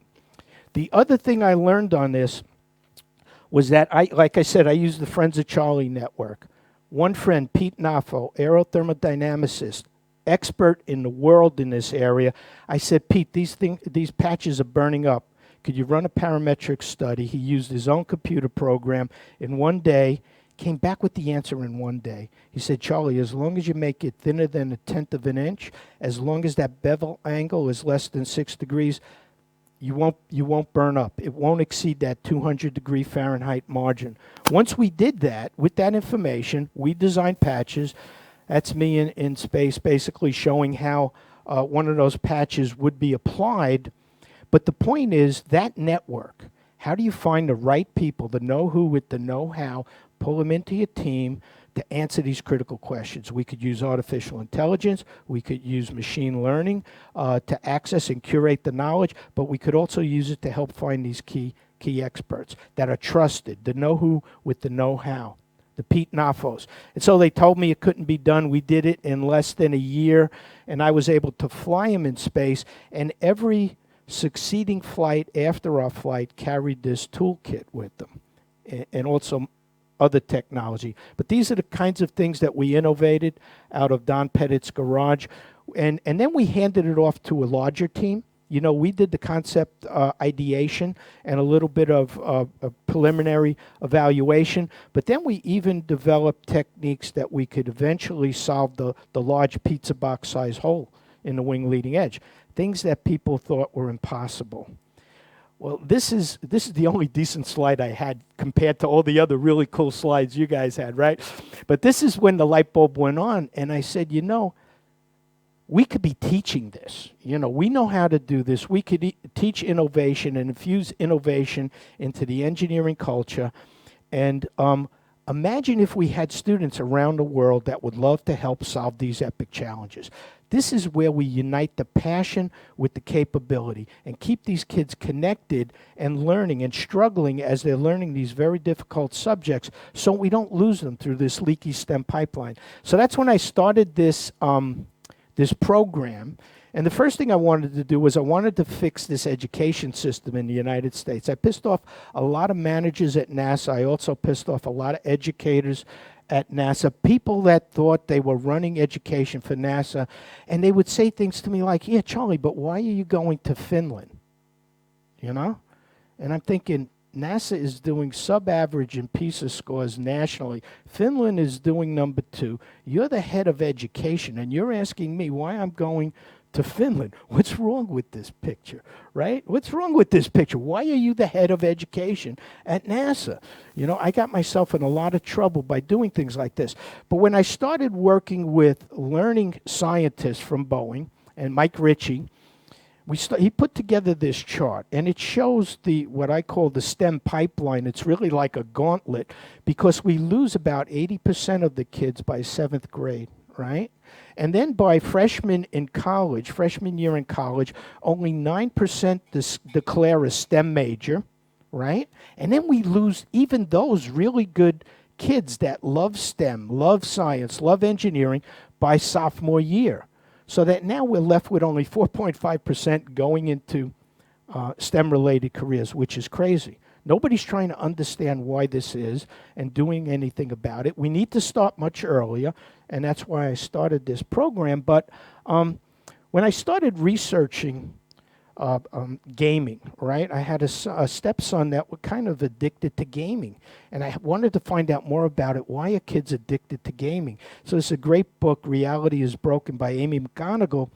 Said, you know what, kids want a game. Kids of all ages want a game because they want to feel part of something bigger than themselves, right? They have these challenges out there. And I'm thinking to myself, Why do we have a generation of kids killing zombies because it's really cool when we have all these really exciting problems that if the educators would only show them how exciting it is and get that passion, we could use that energy and that behavioral science that people are using for multi-billion-dollar gaming industries and apply it to education. And so I know a little bit of something about epic challenges because I'm an old guy that worked on some challenges throughout my career that we're still trying to solve. Things that are way harder than going to the moon or Mars, the National Aerospace Plane. There's also another great book, by the way, Organizing Genius, The Secrets of Creative Collaboration. He looked at why these teams did amazing things. What made these teams create that magic, okay? And so this is my my idea, killing 3 birds with 1 stone, definitely attacking the motivation by creating and making these challenges epic, right? And I think that's what space is all about. I mean, you're in such an extreme environment, it's almost impossible to solve half of these problems, and that's what's really cool. I think kids of all ages, even really old kids like me, love to solve problems, just like in gaming, and you like to solve them with increasing difficulty, right? The education system, that's why I went to Finland, right? And we're using problem-based learning, but yeah, your whole country is going to phenomenon-based learning. I think that's so cool. I'd rather work with a small company that's willing to take risks and try something, right? And let's prove it out here. And then maybe people around the world will get it. And then connecting them with these innovative problems, showing them how to form teams, and really spending a lot of time teaching them how to work in teams, to work effectively, to solve these problems, and to think critically, to challenge each other on these teams. So I'm not going to go through this. This is really the methodology, but it really goes through a phase where you're learning about the teams, you're immersing the students in the problems, you're teaching them tools to think creatively, individually and also as a team. And then I'm working with the professors here at HAMK and Tampere this week. We're starting a course in rapid concept development. I want to be able to teach students around the world how to rapidly mature their innovative ideas as quickly as possible, because most companies fail right here in the concept development phase. And NASA does a terrible job. Companies do terrible jobs at this. They down select to one idea too soon, and then they have problems late in the product development phase, and it costs exponential amounts increases in cost and tremendous program delays. And so we're looking at a new way of teaching this, but we don't want to teach it as just a separate course. That has to be involved with something like a design factory where it's problem-based. They're learning these techniques and they're applying them on their real challenges that they're fabricating, right? So NASA said, yeah, you think you have a good idea. Why don't you try this? Why don't you try to teach this? So we started this in 2008, and that was my first insight about what Penn State calls a learning factory. They started it in 1996. We did this in 2008. But what you'll see is the learning factory is a lot like your design factory. And I thought it was a great place to do this. We created this curriculum with professors from MIT, Georgia Tech, Penn State. It's called Innovative Conceptual Engineering Design, or ICED. And I wanted to pick a problem that even NASA couldn't solve. Because if this was going to work, many teachers, many professors thought I was crazy. But I said, no, if it's going to work, let's give it a shot. And let's pick a problem that NASA couldn't solve. So we're looking at the land landing of a capsule. You know, Gemini, Mercury, and Apollo are space capsules in the U.S., all land in the water. The Russians, the Soyuz capsule lands in land. Why is that, right? So we did that. We posed that to them. We had experts immerse them in the problem. We followed this kind of methodology that we put together on the fly for the first time. And they went in their design factory, their learning factory, and they ideated, and they went through this process. Computer-aided modeling and manufacturing, they went in there and they were testing these things. And what was amazing, you could see the magic happen. You know, these were adult engineers, right, that got so excited. They were working day and night. As a matter of fact, I thought they were going to burn out and it was going to be a mutiny because they were having so much fun. You couldn't get them to stop working, right? And so they had dozens of ideas, but we only had 1 week to do this. We took only one of those ideas.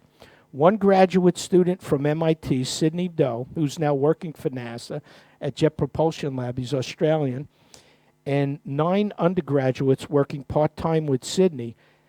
They came up with an idea. They matured an idea using airbags, used spiral product development process through 3 cycles, and at 45 full-scale tests with a crash test dummy, proved that this idea would work. It would not only work, it would significantly reduce the mass to orbit, and it would increase the habitable volume once in orbit. Space capsule's pretty small. Now you can collapse the seats, right? They're airbags, and you have so much more room. And so what this proved to me was that we could do this with students. And wouldn't it be great to link thousands of students around the world solving challenges, not only in aerospace, but every industry around the world. And to do that, so that's what we're doing. But to do that, you need a virtual platform that could do that. Just so happens the reason why I've been in Finland for the past 4 years is because I met a really sharp person that works for a company called Valamus, computer scientist, and Valamus is a learning experience platform. Worked with him to develop this collaborative environment where we can get the people to work together and not only learn, but learn socially, track how the people are learning, do the data analytics on how people are learning, give them the courses, let them go through this product development life cycle, right? And so this is just one example of teams of students that in the United States from 7 different universities, 7 teams, and each team is composed of students from multiple different universities, okay? So this is we're just scratching the surface on the data analytics because we just started this. But if you look at Sandy Petlin at MIT, basically wrote a book, Social Physics, right? And he identified 3 parameters, energy, engagement, and exploration, okay? So energy, and these are 2 teams, Team 3 and Team 7. Energy is the frequency of the communication, right? And the level of the communication, whether it's video conferences or whether it's just texting, right? Engagement is everyone on the team communicating almost equally. So you see this right here. So you have that it factor, that cohesion factor on the team, that firing on all cylinders. The magic is happening on that team. Everybody's sharing and communicating. The other important part is exploration, right? Is the team going outside their group and bringing in new ideas or new subject matter experts to help the team, right? And this was talked about. You talked about it. Talk to strangers, right? And so you see, Team 3 is doing a much better job than all the other teams. And so before these students even flew their airplanes, their unmanned aerial vehicles at the end of the semester, I picked this team. I thought they were going to do amazing. I don't have the video. I wish I did. But they basically built a vertical takeoff and landing aircraft. Their professor that was the mentor on their team told them, don't do this. It's not going to work. You're never going to be able to do it. And his team made the magic happen, and it was by far. So what I'm saying is we're just scratching the surface on this. We're working with behavioral scientists from Australia, the United States, and now in Finland, and subject matter experts, developing these learning science experts, putting them together with our curriculum developers, our content developers on this platform, and we hope to use this, if you will, in order to measure what's happening. So I look at this like the Super Hadron Collider. Imagine if we had a platform where we, in an open way, share this data. This is all protected data. It passes all the FERPA and IRB and GDPR regulations, right? So we protect the anonymity of the students, right? But imagine if now we created this environment, so we connect all these epic challenge teams around the world, we connect all these design factories around the world, and now we're able to data mine what's happening. Where is the learning happening? Where is the innovation happening? How do you pick the right teams to work together? How do you evaluate when a team needs help and the teachers can go in there? And so that to me is the exciting stuff. That's where I'm spending lots of my time now, trying to do research and get other people that are a lot smarter than me to help me do this. And so I'm really happy to be here. I have a lot of great ideas. I think what you're doing is right on. We need to do more of it, and we need to bring these other experts from industry into the design factories and create this experience. But more importantly, we have to figure out how to take this experience and use it to create cultures, right? I was trying to change the culture at NASA, which is highly dysfunctional right now after the accident.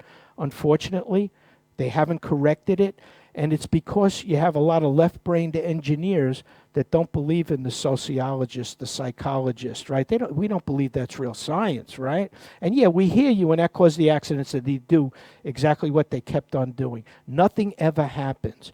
And to change a culture takes a lot, and so we're going to be using artificial intelligence and machine learning to see if we could track what's happening, right? And the machine could tease out what are those weak signals that tell us when they're making decisions when they don't have any knowledge, their culture is not psychologically safe, so they signal us with warning lights that, hey, this team is in trouble. They're not functioning correctly. All right, well, thank you. I think that's, so this is how we'll do all that, I guess. But I really think we need to start with graduate students, go all the way down to middle school. I'm doing this, working with teachers even in elementary school, because I think you could teach engineering.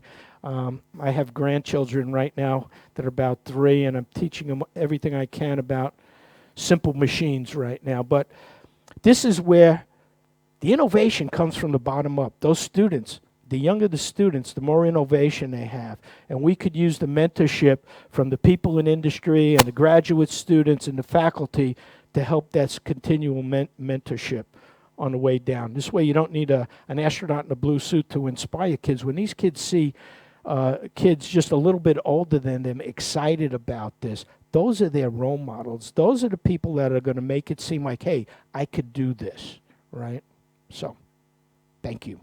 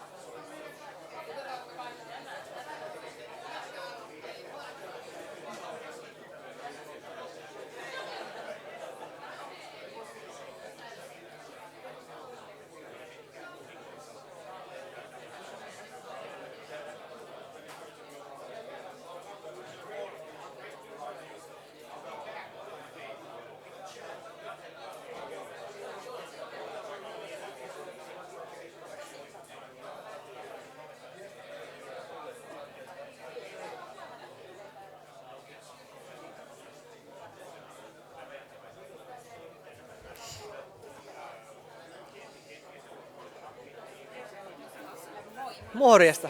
Terve, terve. Joo, ei ole keretty vielä näkee muuta kuin somessa. Kiitos sulle upeasti vedät tätä. Tämä on niin innostava. Joo, kiitos. Tää on kyllä ihan... Onnea ja menestystä. Ja Kiitos, kyllä tässä on niinku... törmätään ja Ihan tekee varmasti. yhteistyötä. Kyllä, joo, ja on kuullut Jukalta.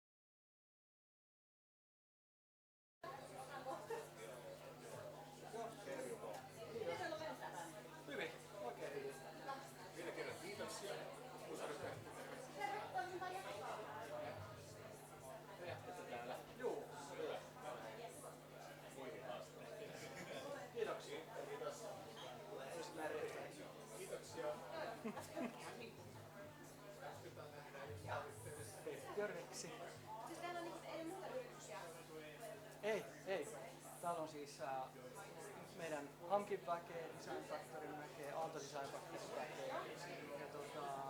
Sitten on kaupunkien kehitysfirmojen edustaja. Yksi oli Konekreesin tyyppi, se oli ainoa yritystyyppi, mikä täällä oli. Joo, siis joo. Kyllä, se oli se idea, että tavallaan tämä ylijohto oli niin aamupäivä ja sitten kun aletaan työskentelemään, niin sitten on ne, jotka oikeasti tekee näitä juttuja. Kyllä. Opettajat on sellaiset meidän yhteistyöhenkilöt. Ja sitten on tarkoitus tavallaan tutustua porukkaan, Aallon porukkaan samalla. Sitten tähän tilaa ja mahdollisuuksia.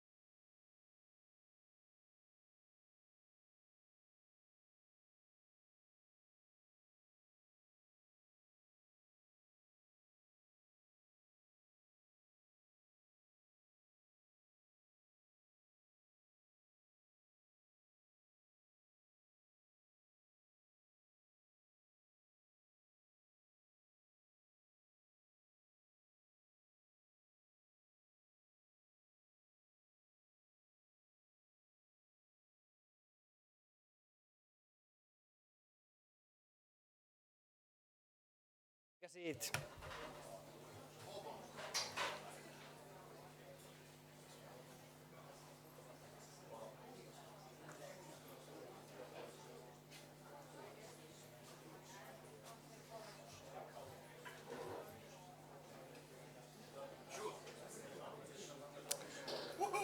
Yeah.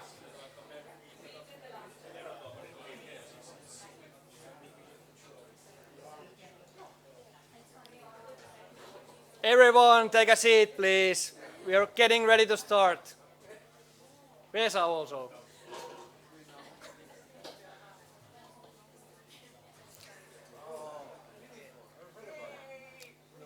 Excellent. So, what will be the agenda from here afterwards is that we want to provide you an experience what actually is the design factory about.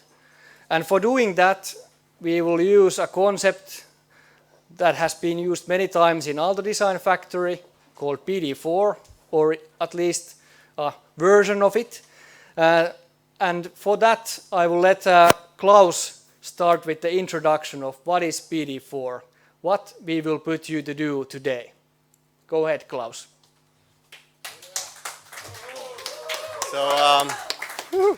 So big shoes to fill after the guy who outdid NASA. But I have an advantage because I'm not going to talk here for long. I'll let you guys get to action as soon as possible because that is the DF way. But before we get there, I want to talk about PD4 a bit and kind of what's the background of it and how does it relate to today. So PD4 it's actually a very old tool. It's a very staple tool at Aalto Design Factory. If I understood correctly, it's 2007 was the first pilots on it. So there's a lot of history and experience in running this. So what is it? So first of all, it's a team-based product development exercise. And there's two versions. There's the 4-hour version and the 6-hour version. Today we're doing the 4-hour version. And it really is there to kind of encompass the way of how Design Factory way of working is. So everything about thinking by doing, hands-on, idea generation, so on and so forth. And I think one of the key things is, for example, with the tie ceremony, is it really gives you the DF way of license to act differently. So really pushes you to being a bit out there. Especially for today, it's super important we have fun. And it is a lot of hard work. So it's going to be an intensive 4 hours. Hopefully you'll learn a bit about the ways of working. And I think the most important part for today really is that we have a lot of great people here come together from both HAMK side, Aalto side, and then industry and so on. So really get a chance to work together, get to know each other. Teams are built in a way that it really supports that. So why do we do PD4? Back in the day, even before Aalto Design Factory, so doing the research project that led into the Aalto Design Factory, they looked into some problems, both on the industry and then the course provider side. And on the industry side, there's a problem with idea generation, as well as even if you had good ideas, how to actually get them into action, how do you validate them. On the university project side, so the course side, there was an effort of getting the students started because it's a completely different way of working. So you're normally used to passive sitting, and then really getting the students to take ownership and start doing things instead of just passively taking in. It works really well also for tying it together with communication, so you're really on the same page. So very shortly, a few things to keep in mind. Design process, we want to be very quick, we want to be iterative, we want to be on our feet, so really fail fast. So if within, let's see how with the lunch it goes, we have a working lunch, but if within like 45 minutes I don't see like every single team in the workshop spaces, I'm concerned. So hope to see you there. And then the idea behind PD4 is very heavily, so we talked about the communication and you think and you have plans and then making them into action. But there's the other way of as well, is usually when you start building something, you make something into reality, you realize that you're thinking differently wrong, you get new ideas. So it is a method for also driving your own thought process. And as mentioned, team building and communication are critical for this. So please at the start take a bit of time to get to know your teams because they are completely mixed up. Hopefully there's not many people you recognize from before in the teams. Cool. I'll let Jari continue a bit more about the practicalities. Yeah, thanks. So what you're going to be doing is a demo for a company.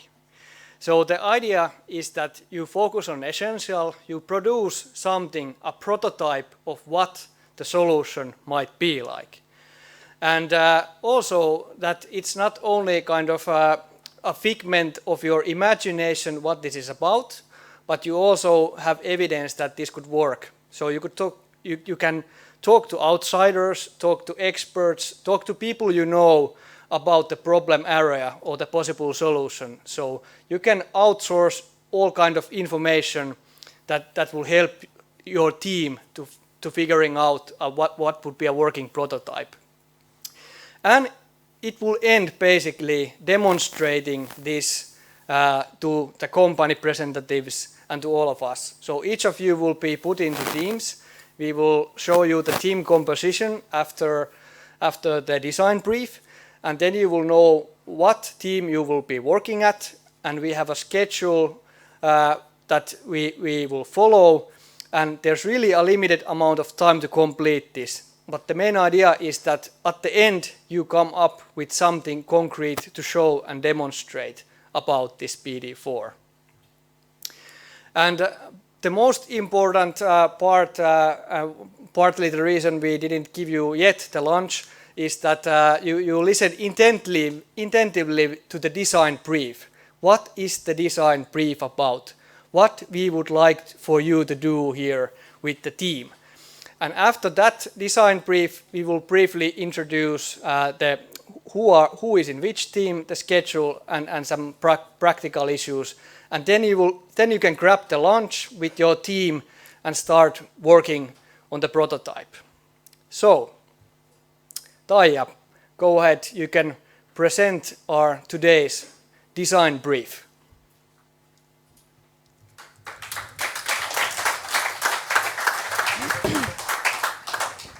Hello, do you hear me? Yes. Good, great, this is working. I'm freaking out a bit because I thought that there will be many students. No, you're not a student. Great, good, you're adults, basically, so you're not helping me at all. Good. My name is Taija Toivonen, and I'm working in Fiskars, Finland, at Iittala Glass Factory. So, I think you all know Iittala products. Yeah, because that's good. Good, that's good. You can start with that. The guys told me that I have 10 minutes time, although yesterday it was still 15 minutes. But please ask questions and interrupt if you have anything to add or what else. But product development in 4 hours. Case Iittala Glass Factory. What is Iittala Glass Factory? Was founded in 1881 in the southern province of Finland in the village of Iittala, quite near, maybe 30 kilometers from here. Flexible, high-quality manufacturer of clear and colored glass.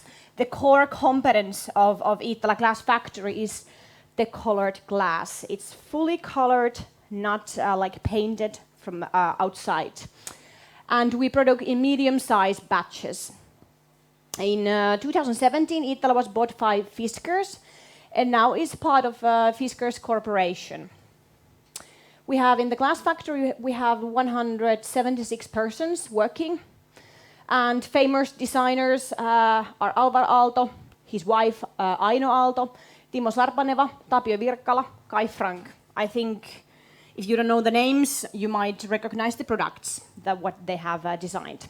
The red eye logo was designed by Timo Sarpaneva. This logo became the logo of Iittala already in the 1960s. So, good. No, wrong direction. Shortly, recipe of the glass.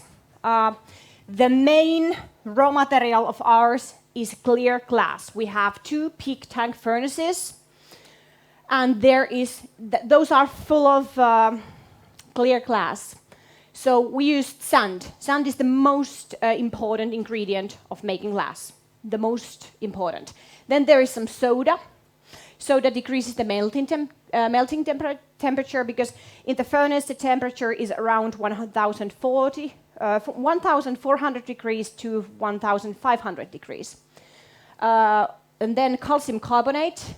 It makes the glass structure stabilizer, prevents that it's not, I don't know how I can, well, it's, Iittala glass is compared to crystal glass, although we're not using lead, because lead crystal is, everyone knows it's what is lead crystal, and it's expensive and rare, but inside EU we cannot in the future use lead, and in Iittala we have not used lead. And other ingredients, what I cannot tell you because those are kind of a secret. But those ingredients, basically, we put in the furnace, we put the temperature up to 1,450 degrees about 1 day, 24 hours, and then, ta-da, we have clear glass. It's quite easy. Making glass. I'll add to that. If we want to make the colored glass, we need to add some other ingredients also.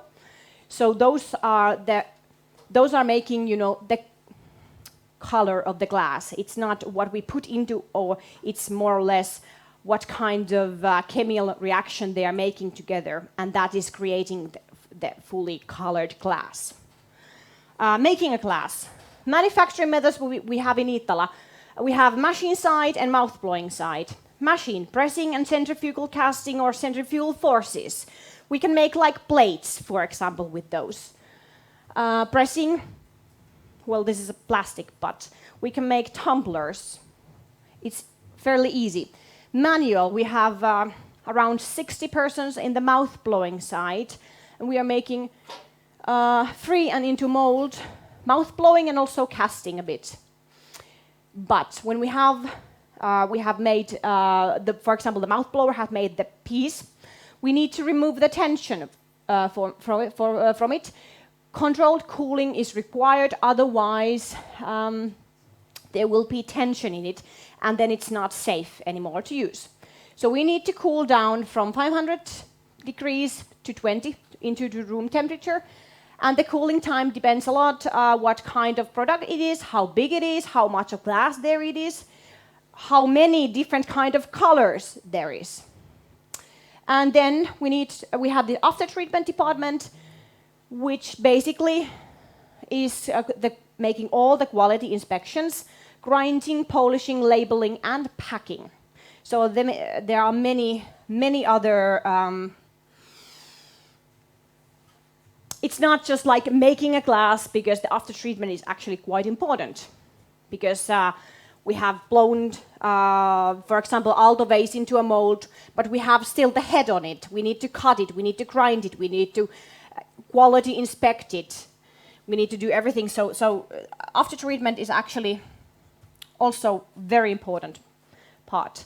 And now I have this short video for you where you get the idea. You can find this from YouTube if you want to use it. When you... Uh-oh, hey, apua.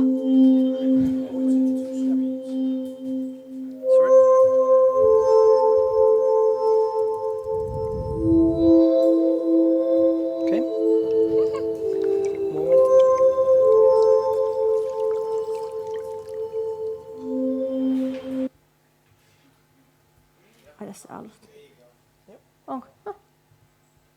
Good.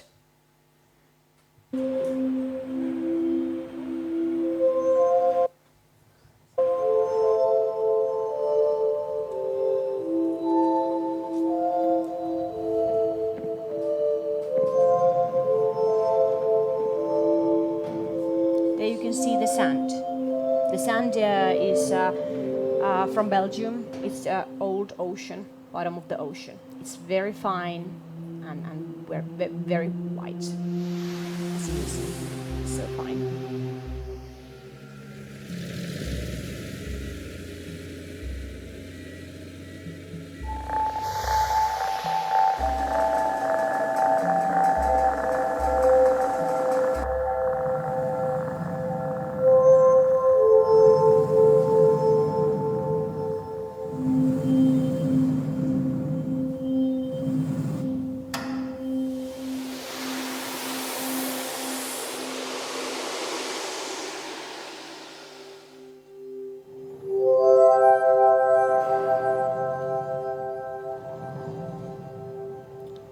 Smaller pot furnaces in which we can make the colored glass, because we have the big tank furnaces only for clear glass.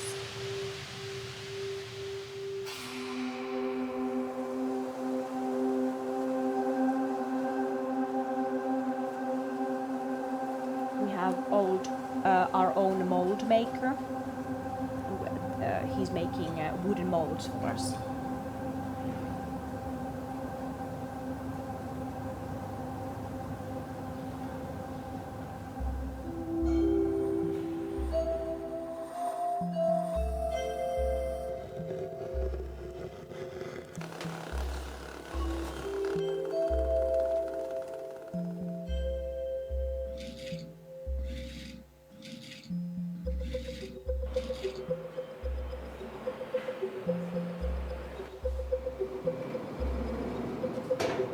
Those are molds. Not wooden, but still.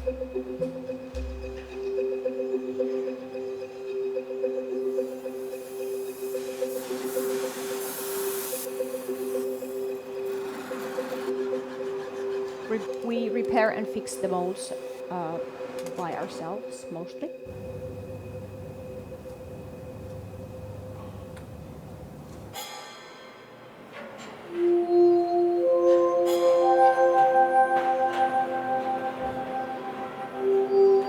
That is our machine line. We are cutting and grinding it in our machine line with fire, basically.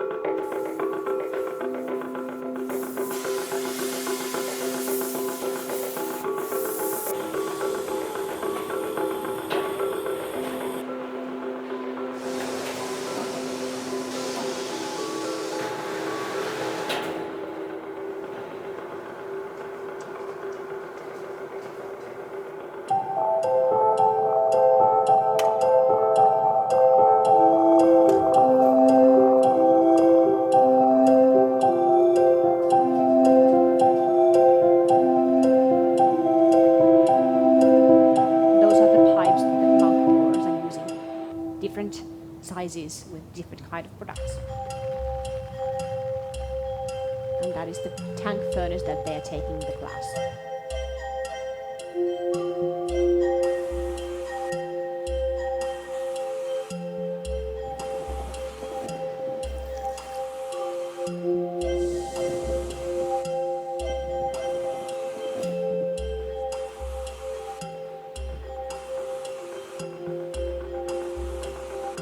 Also the ladies.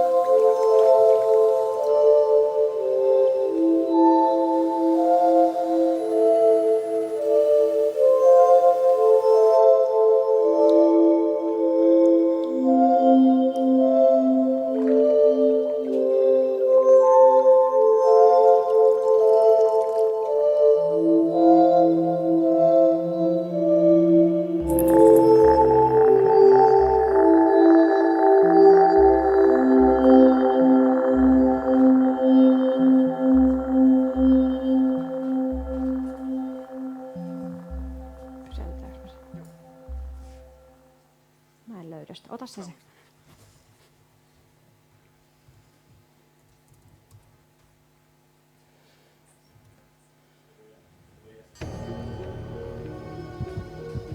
So hopefully this gave you some kind of idea. What is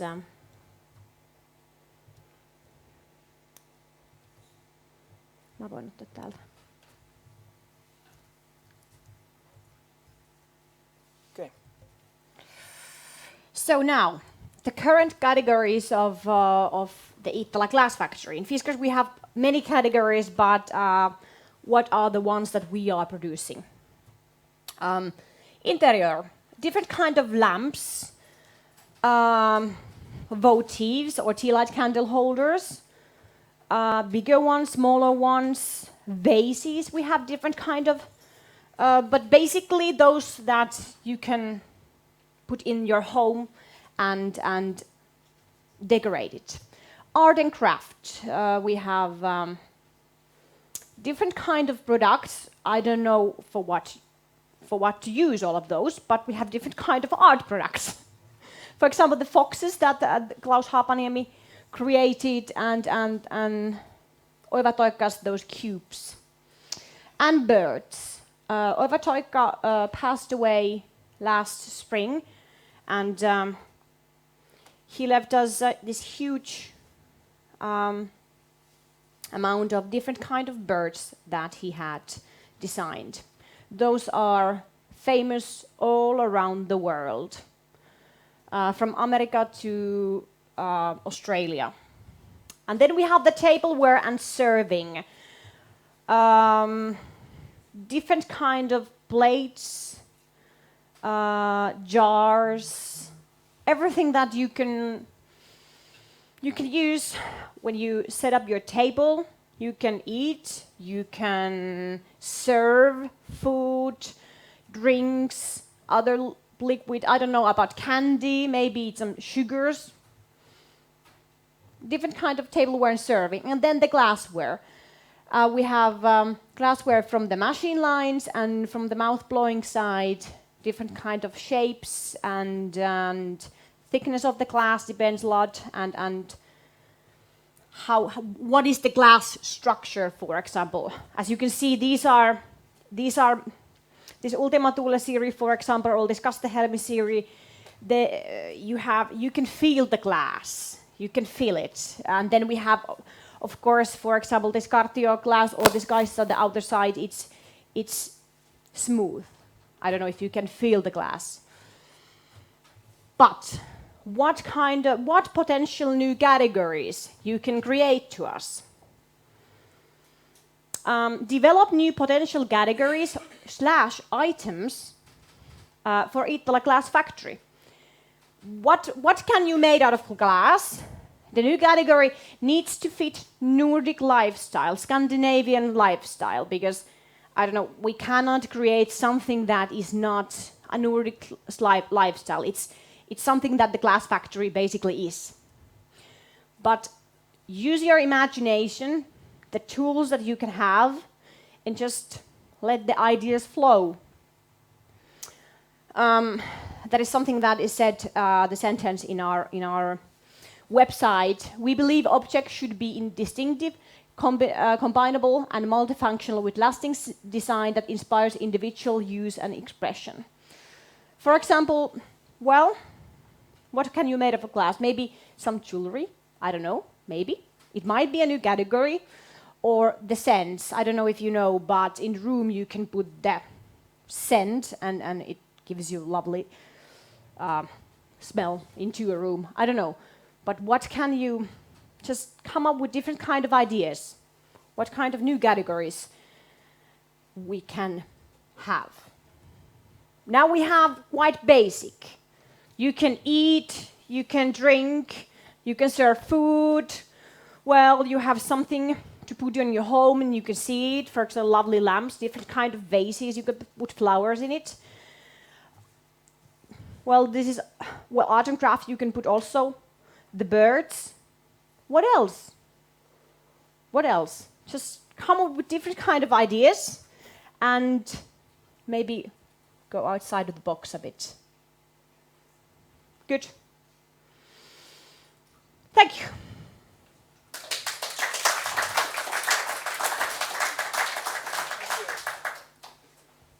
Okay, so now we have the design brief, and really shortly you will get some lunch.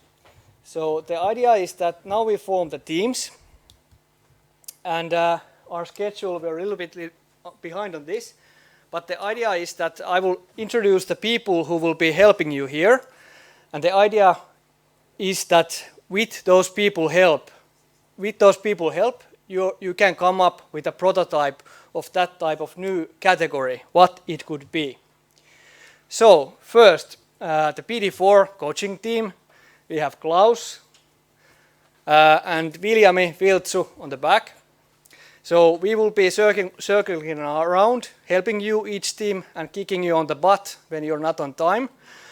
And then we have also a shop team to help you with different devices. Since we also have this safety first principle, we don't want you to die or get hurt during doing this prototyping. So in this first floor, basically, you don't need a shop coach, so we will be on these floors. And then when we go one floor down, so there's Ville Siipola on the back. Yeah, so Ville is our 3D printing, regular printing, large scale printing, whatever printing expert. So he can help you on that when you need to print something out for your prototype. Then when we go one floor down, there we have Atte Partanen. Where's Atte? There. Atte is our electronics and IoT guru and genius. So whatever you need, he will come up with a solution for that problem. And then also Markku Mikkonen on the back. So Markku is our expert on wood and laser cutting as well. And the idea is that these are your team structures. Basically, already on your name tags, you should have a color where all of the persons are in the same team. But try to discover which your team members are and group together to first get lunch for your team and then start ideating what these categories would be. So we will leave this team categorization also in behind. Yeah. What about intellectual property? If one of the teams comes up with a good idea, is Itola going to allow them to share some of the intellectual property? Very good question. Yeah. Yeah. By default, Itola will get the intellectual property, but you can negotiate with Taija if you have so excellent ideas. So, good.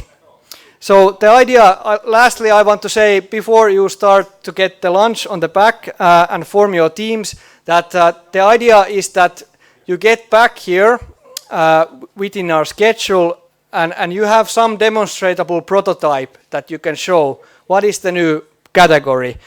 You should also get some advice from outsiders, so source information somewhere from users, experts, or someone who can somehow validate your prototype. And lastly, prepare a presentation that you can deliver to us in 3 minutes that gives the main points of that prototype. So, with this schedule, the presentations will begin 15 minutes over 3 o'clock here. So be ready to present your prototype here. And we will be helping you on that, but the first help we will give is food and your team composition. So find your team members, get together with the lunch and start the process.